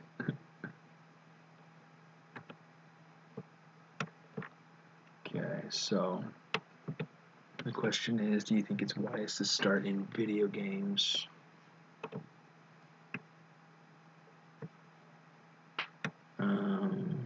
If your long-term goal is to make production-ready assets, maybe the quality is a little more forgiving on real-time assets versus 16K textures. Or am I I thinking of this wrong, and the wrong optimization is the hard part for video games. Now, Marpa, you said you were in the you were like Toronto area, something like that, right? The nice thing about Toronto, or really anywhere in Canada, is that, well, not anywhere in Canada, because I mean, if you go up to, the far north, you're probably not going to get a whole lot of anything really. Maybe polar bears, I don't know. I don't know what they have in the far north of Canada, but you have these a lot of effects houses, and they get work from big studios. Anywhere you are in the world, especially if you're in Sydney, or if you're in India or Indonesia or China, yeah, video game studios. There are a lot of things out there because of tax breaks and because of all sorts of things. There are all sorts of things going on for studios outside of the country. They get work outsourced to them because it's cheaper for studios to do work there, and they get those incentives. So I would take as much advantage of that. Find opportunities close to you, and that'll be a good way to be able to get, to be able to bridge gaps. Now, if you're thinking about starting in video games, to be able to jump over to like animation production is what I suppose. Hey, thanks, Rethon. I hope you have a good day, because you're at the start of yours, I guess. But I think that there are people that make that transition from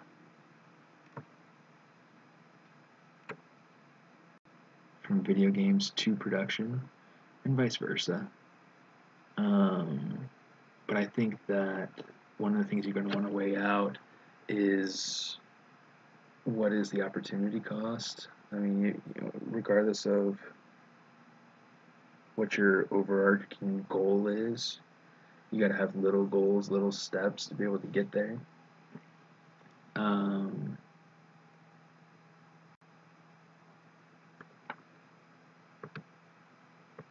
And so, think about, if those little goals are worth going through to be able to get your big goal.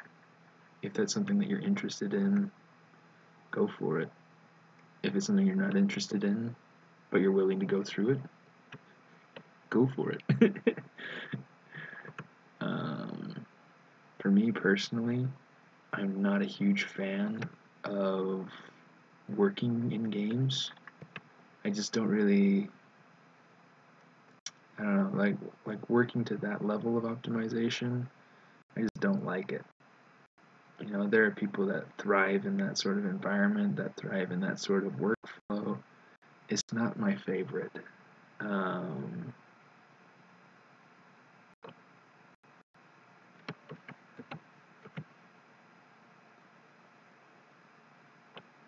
yeah.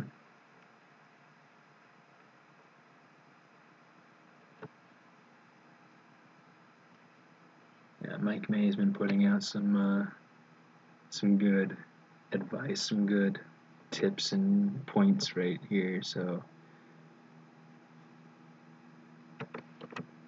it's a good resource.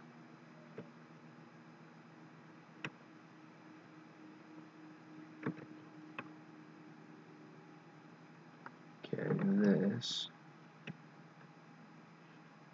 it's too much in the center.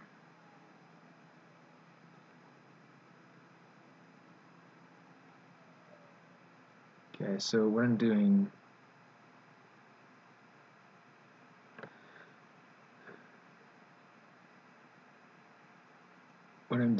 to start off with is I'm trying to just get some primary and large forms in,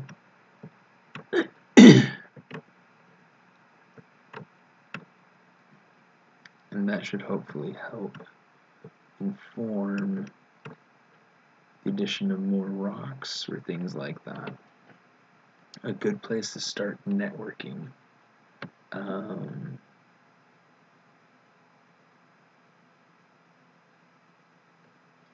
Okay, so 2 places, and especially if you're unable to get, like, leave home, unable to leave the place where you live. LinkedIn, really great. I mean, it's geared specifically towards professional networking. But then I also use Facebook. Facebook is one of my biggest networking tools. Social media.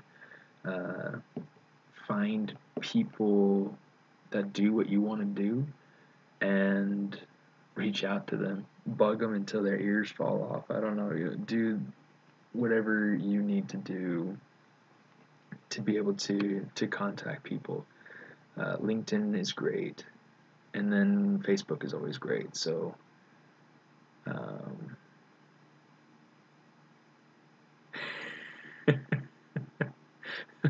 well, we appreciate you, Mike. We appreciate you giving your input. It's helpful.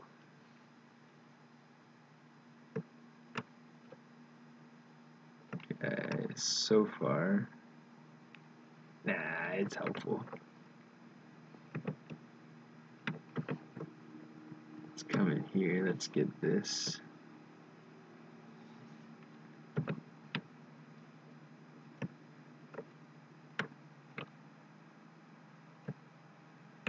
Let's do this. Actually, this sounds like a good, or appears to be a good route to make bigger.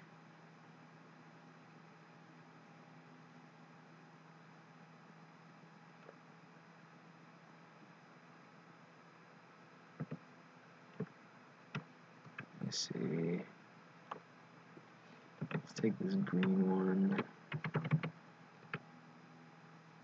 Let's pull it up some.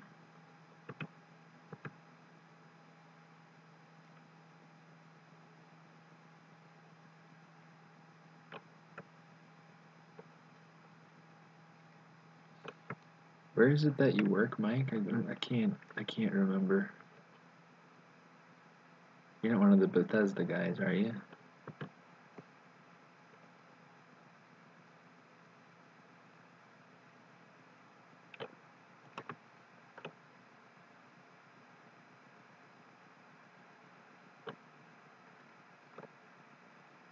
Cool.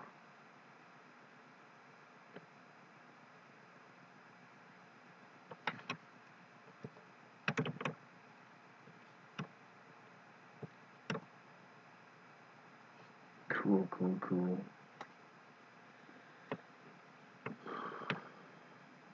Okay, that's feeling much more tree-like esque. This is just feeling too weird to me, so I'm just gonna, I don't want to get rid of it. I'm just gonna take it up. Just that compositionally, it was bothering me. So I'm just gonna make it a medium form for this root.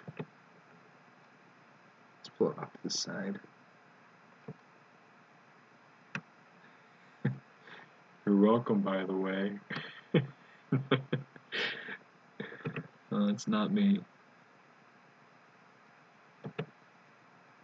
Okay, it's gonna take this down here and see about pulling it over.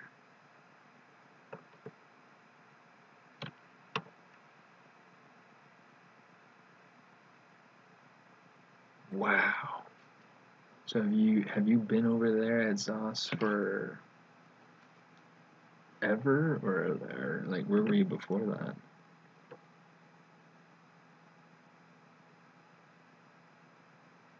Okay, here's what we're gonna do.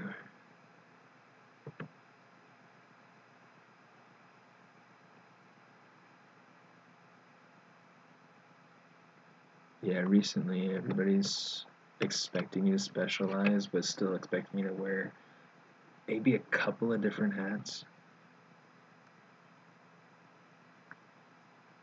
Okay.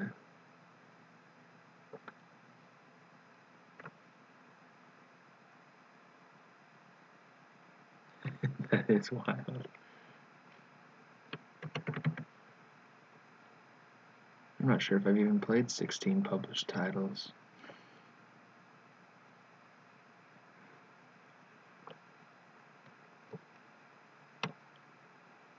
You know what? Let's take this. Pull it over here, something like that. Rotate it down more.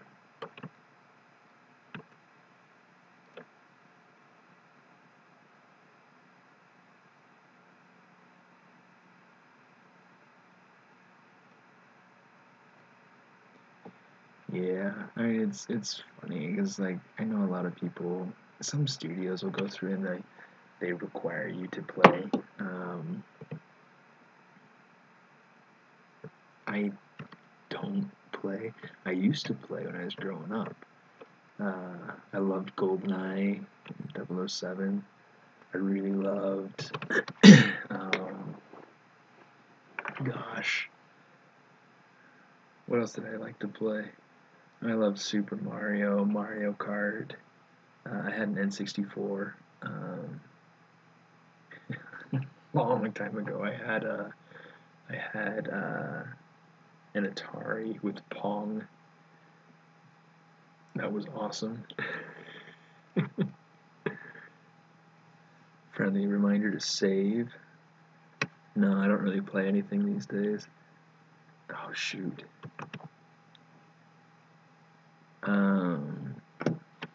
What is the last time I played a game? I played the play demo of Disney Infinity, the Toy Box 3 or something like that, back, I don't know, 2 years ago, but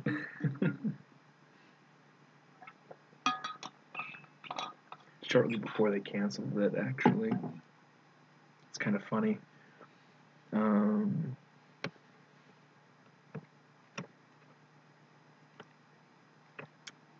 Let me see. I'm going to want to take this. You used to work at Avalanche, really?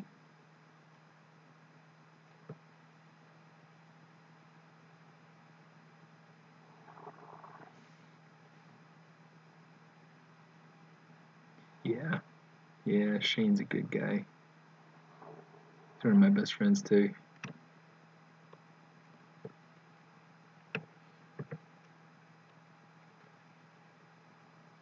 Marie's room.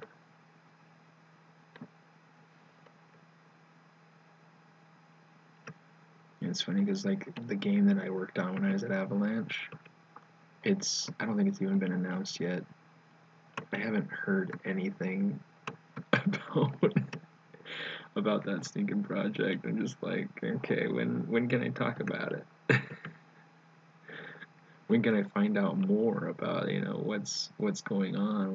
What have they done so far? It's kind of funny. Yeah, I was there a couple of years ago, just before I went to DreamWorks.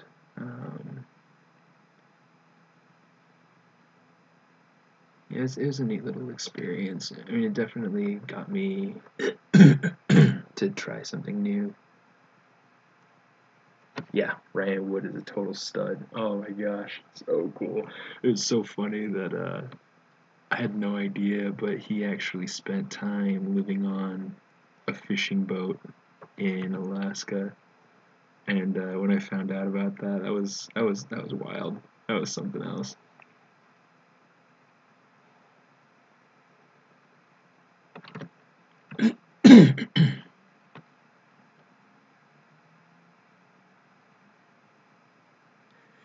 The child in the middle of this conversation.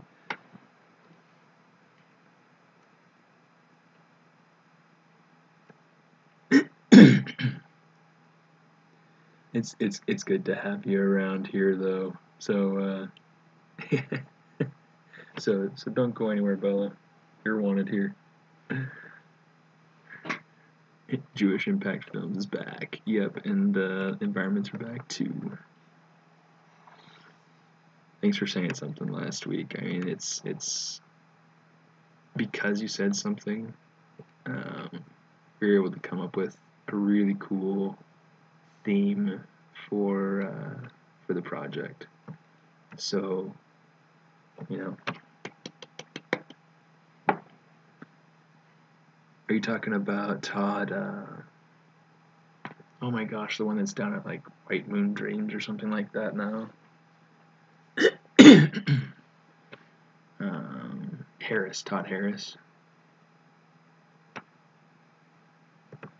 No, I wasn't there when he was there, if that's who you're talking about.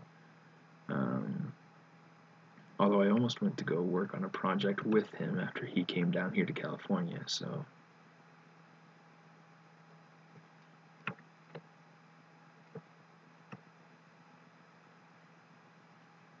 Yeah, he has I think it's called like White Moon Dreams or something like that. He's down here in California. Let me see if I can find him somewhere.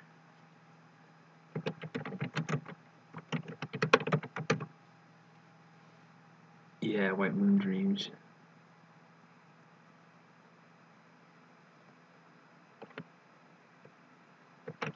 Here's like his Facebook page.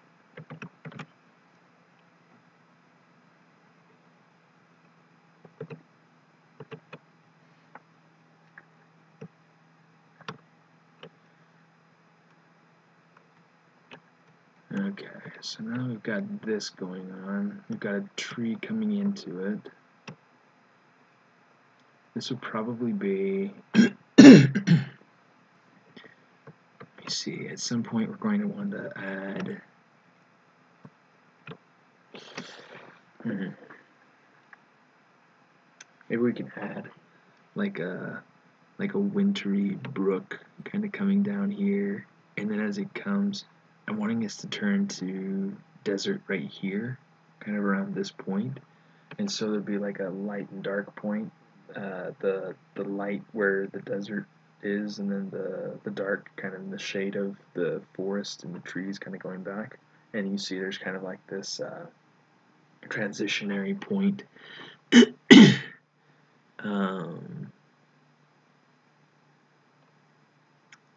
So, yeah, no, I've never been to Vancouver, never been to Canada, never been north of the border. I've been South America, which, that's cool. That's real cool. But it's okay. If you guys want to make a Canada club without me, that's fine. You have permission.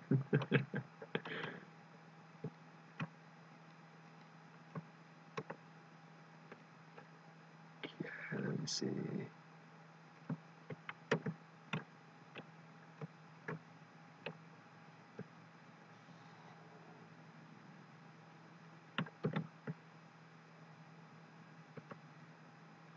Missed some of this. Let's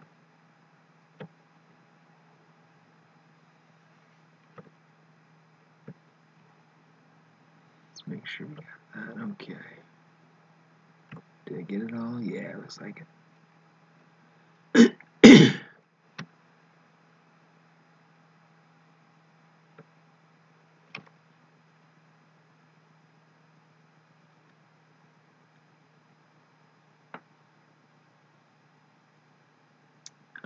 No, I've not been to Colombia yet.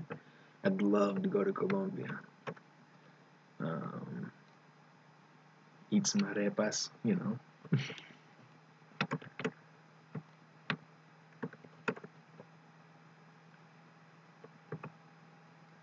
But no, I haven't been down there. I've met some really good people from Colombia, and I've had some roommates from Colombia. But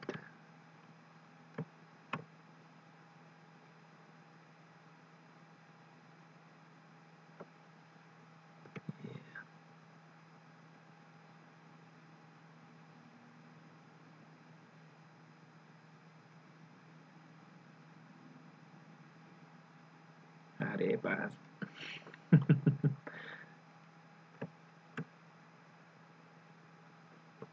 Okay, let me see. Is that working? It feels like this detail is getting too odd. I want it to feel more like a shelf, not like a jutting out.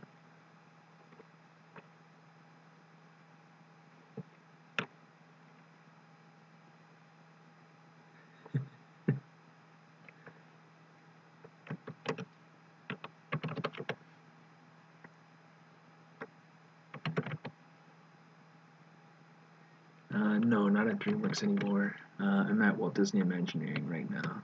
Well, not right now, not right this minute. I mean, I'm in my bedroom right this minute. But yeah, so that's something that I got for myself when I got hired on. It's just kind of fun. Usually have it like hanging up behind me over here or something. Ta-da! I have a name. And now my face is like blocking it. So I got the Imagineering gig. Doug Stannett. No, I don't know Doug. I got the Imagineering gig because so right before I left DreamWorks, there was this the guy who's now my supervisor. He contacted a friend of mine at DreamWorks, said he was looking for somebody to come on as a concept modeler, and so yeah.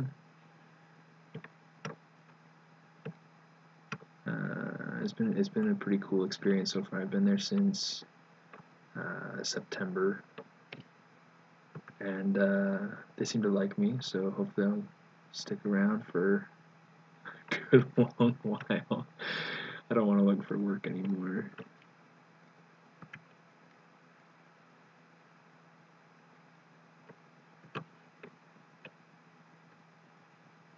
That's one of the really, really tough things about these industries, guys, is that they're great, they're a lot of fun.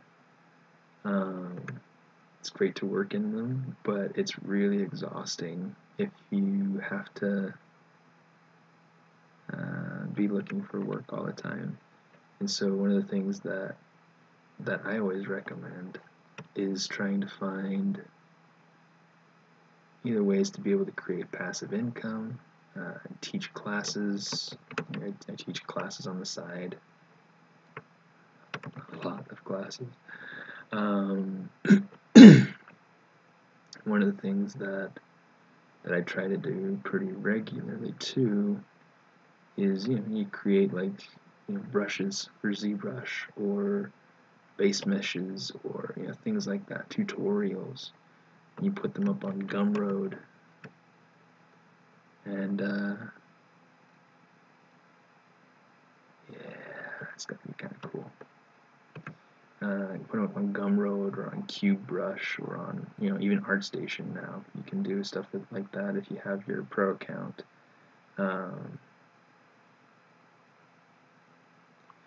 Yeah, Sam Nielsen is doing. He's got his classes through Schoolism and everything. Oh my gosh, the dude is awesome. He's always on point with his. He just understands light, and that to me is a phenomenal. Just everything. It's just great. It's great, guys.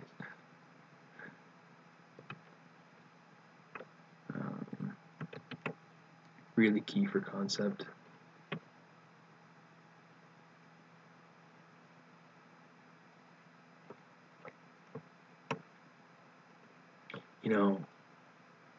Marpak. How do you pronounce it? Marpak, like pack, or Marpak, like Tupac. One of the things. So I taught at the university level for the first time 3.5 years ago. One of the greatest benefits to teaching is that you yourself, as an artist, grow and develop. It's great to see other people grow, but what's even greater is that I've seen myself grow as an artist since I started teaching 3.5 years ago. It's one of those things where you might not get an opportunity to do that right away, or whatnot.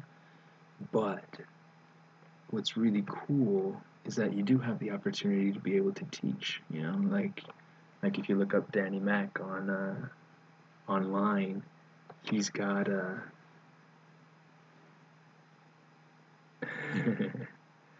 he's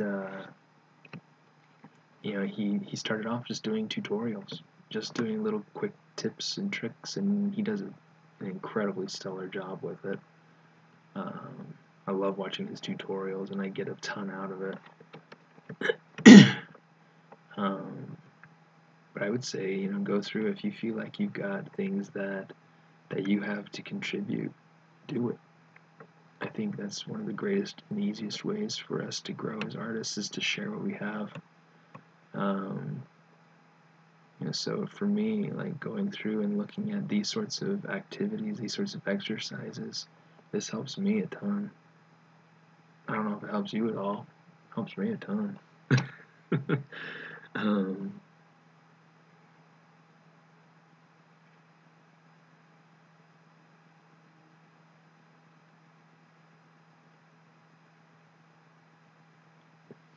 Okay, Martin, and the first 3 letters of your last name. So it's funny that you say that. Marbach. I'm gonna say Marbach. So smartest, my username handle on Instagram and everywhere else. It's a serendipitous combination of my initials, SMA, and artist. So I'm the smartest. Yeah. Morph targets are good.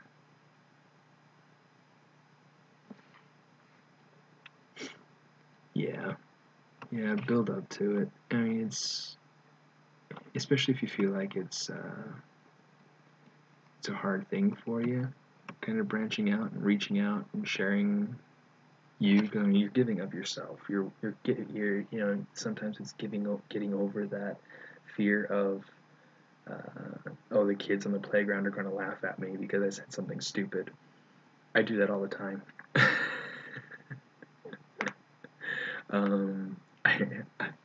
If we could count the number of times that I say and do stupid things, yeah, I mean, I own the record in the Guinness World Book of Records, right? No. Let's kind of pull that in, make it more varied. It's going too much across, so now I've got it kind of going in like this little U shape.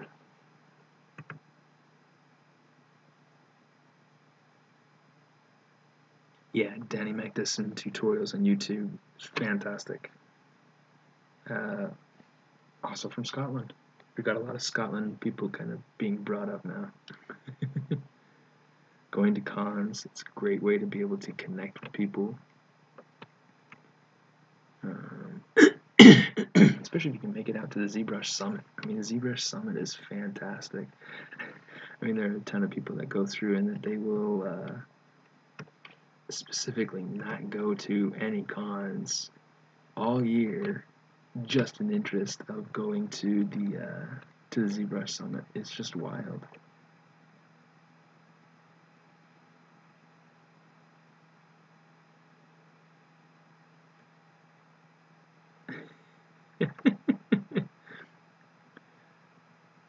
Yeah, Mike. Yeah, Shane goes every year, so Shane goes to the. How dare you dare me? How dare you dare me to make a No, that's not even Scottish. It's like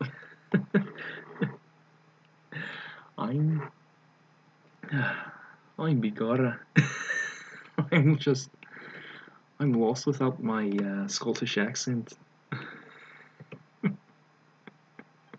Everyone's lost without a Scottish accent. Someday I'll learn how to make one someday. And someday I'll sound so Scottish that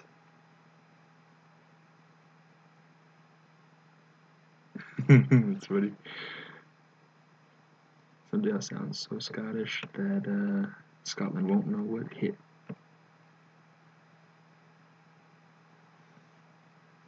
Okay, let's try this. Just in interest of trying to figure out a little bit of an elevation change.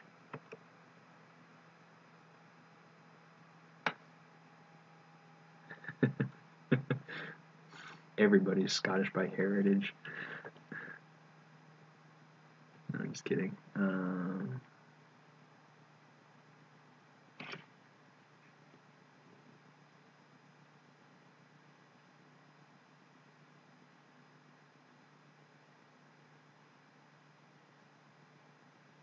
That's funny, Mike. The story about your girlfriend's dad.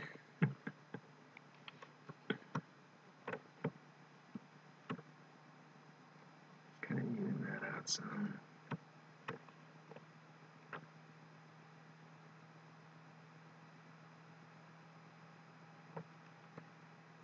Yeah, Ian, I think that's a great point. I feel like if I don't know something well enough to teach it, I don't know it well enough. Something that I learned a long time ago. And it's something that I always struggle with anyway, but you know, whatever, is the idea of that you know that you're kind of becoming a professional, you know that you're starting to become really proficient at what you do when you can explain something simple enough for a child to understand it. Being a father, I can testify I do not know how to explain things to my children.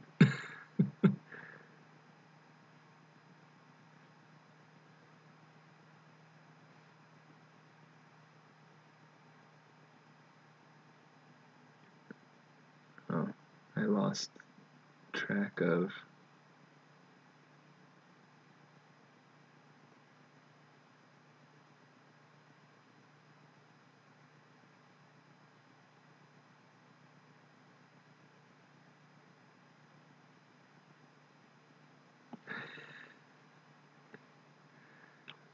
How do you know? How did you know when your modeling skills were professional level? When people gave me a job. Okay, so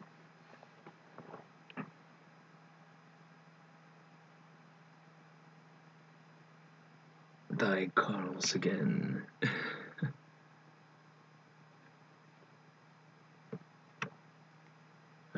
So what I'm working on right now is an environment based off of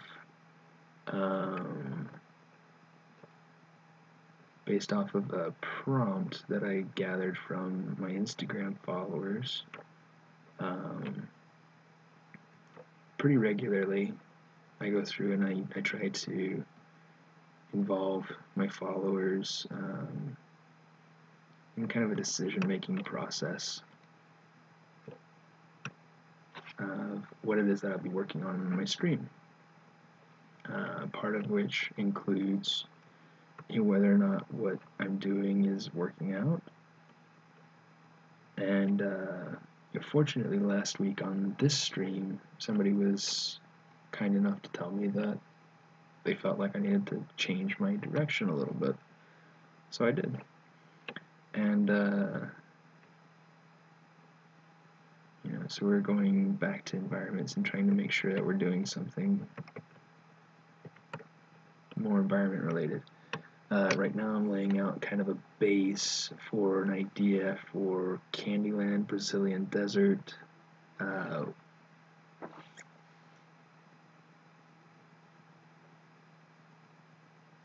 Snowy Winter Path and Fantasy Environment. It's coming along pretty well. I mean, it's been 2 hours. Yeah, it's been 2 hours. So far, not too terribly bad. I haven't scared anybody off with my bad Scottish accent, so, you know.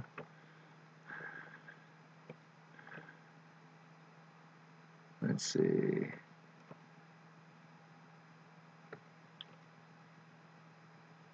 Alright, so here's what we're going to do.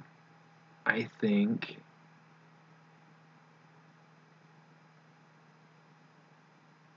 I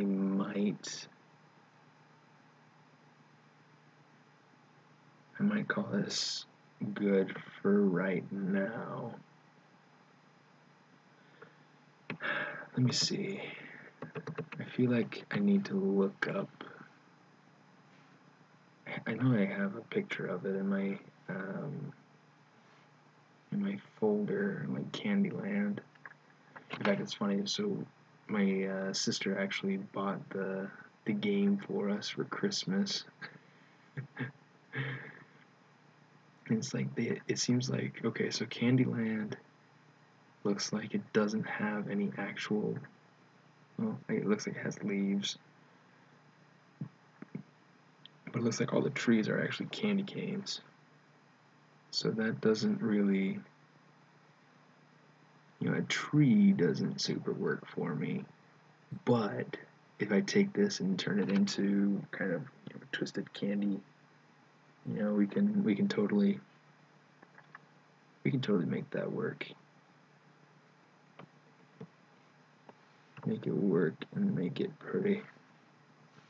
Yeah, I like it better, more of that middle color. Are you guys able to see the model all right? Is it contrasty enough? Alright. Cool. So a lot of what I'm going to want to start to play with now. Okay, so some of the desserts that I looked up that I would like to use, different sweets and candies and things that kind of go along this Brazilian sort of trend, because when I first read the suggestion, the idea for a Brazilian desert, I read Brazilian dessert, and because she wrote in Sertão, I thought that was a type of dessert, and so I looked it up and I saw a desert, and I was like, oh duh, there's one S. Okay, yeah. So brigadeiros, those are awesome. I love brigadeiros. It's kind of like a pudding ball with like sprinkles on the outside. It's really good. There's cocada dulce, which I have down here at the bottom. Okay. I've got bolo de rolo, which is not on there at all, actually. I've got pere moleque, which is this right here. It looks like it's some sort of like toffee.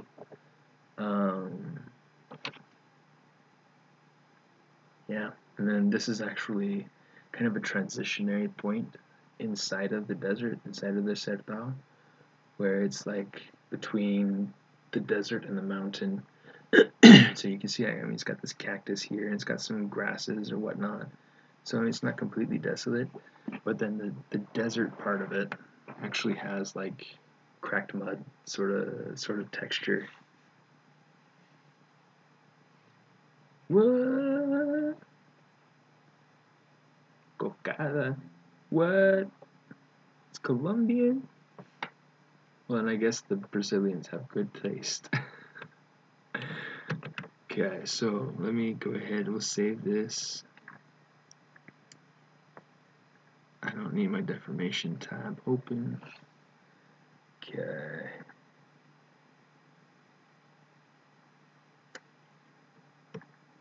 So one of the things that I'm trying to decide, I think that I'm going to use this this pere moleque, and I'm going to use this maybe on these mountains, although I haven't quite decided yet. because there are also, like, I don't know, in Chile they have this mil hojas cake, and I saw something similar popping up in the list of like Brazilian desserts and whatnot, mil hojas, and so I think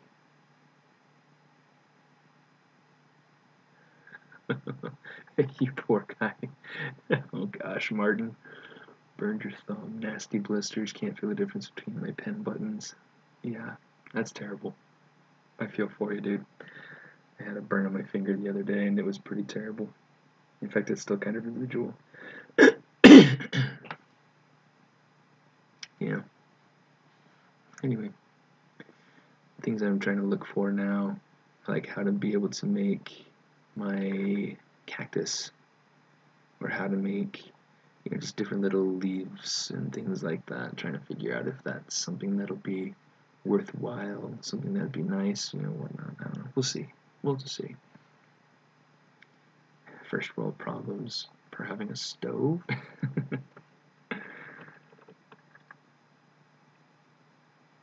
Yeah. Okay. Yeah, so this is where I think we're going to leave it.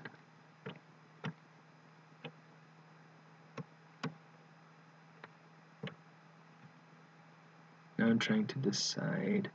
So I've got this route coming up.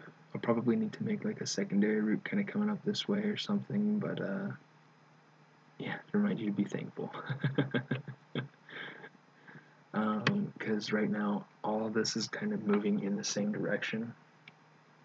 So that'll be kind of my assignment for this coming week, is figuring out how to create a contrasting pattern. I want to create it so that it has a directionality in one direction, but then also to have a directionality kind of contrasting it, fighting against it.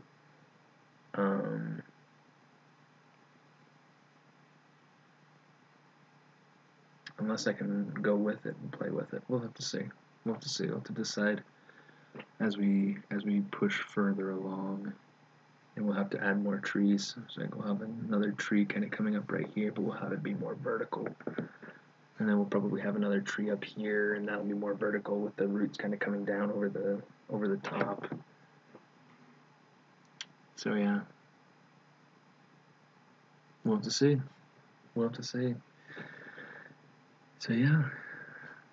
Well, thanks for coming, guys, and thanks for being so active and talking with me. It's been fun being able to hear from everybody. Not bad for a start, especially since it's all design oriented. We're still trying to figure out all the details and trying to figure out kind of what direction to take it. So we'll see where it goes.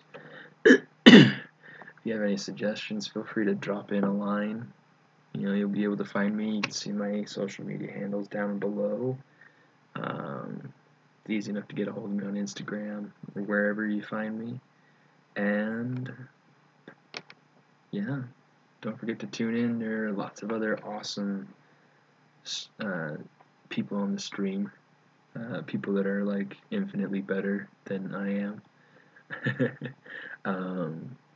So yeah, just tune in, have fun with it, enjoy the fantastic camaraderie that is ZBrush Live, and yeah, look forward to seeing you next week. I'll be on every week, Wednesdays, 8:00 p.m. Pacific time, and it'll be fun. So yeah, take care of the luck. That's, anyway. And yeah, we'll see you around. Don't forget to tip your waitresses. Oh, everything's in the way. Oh, here we go. Okay, bye.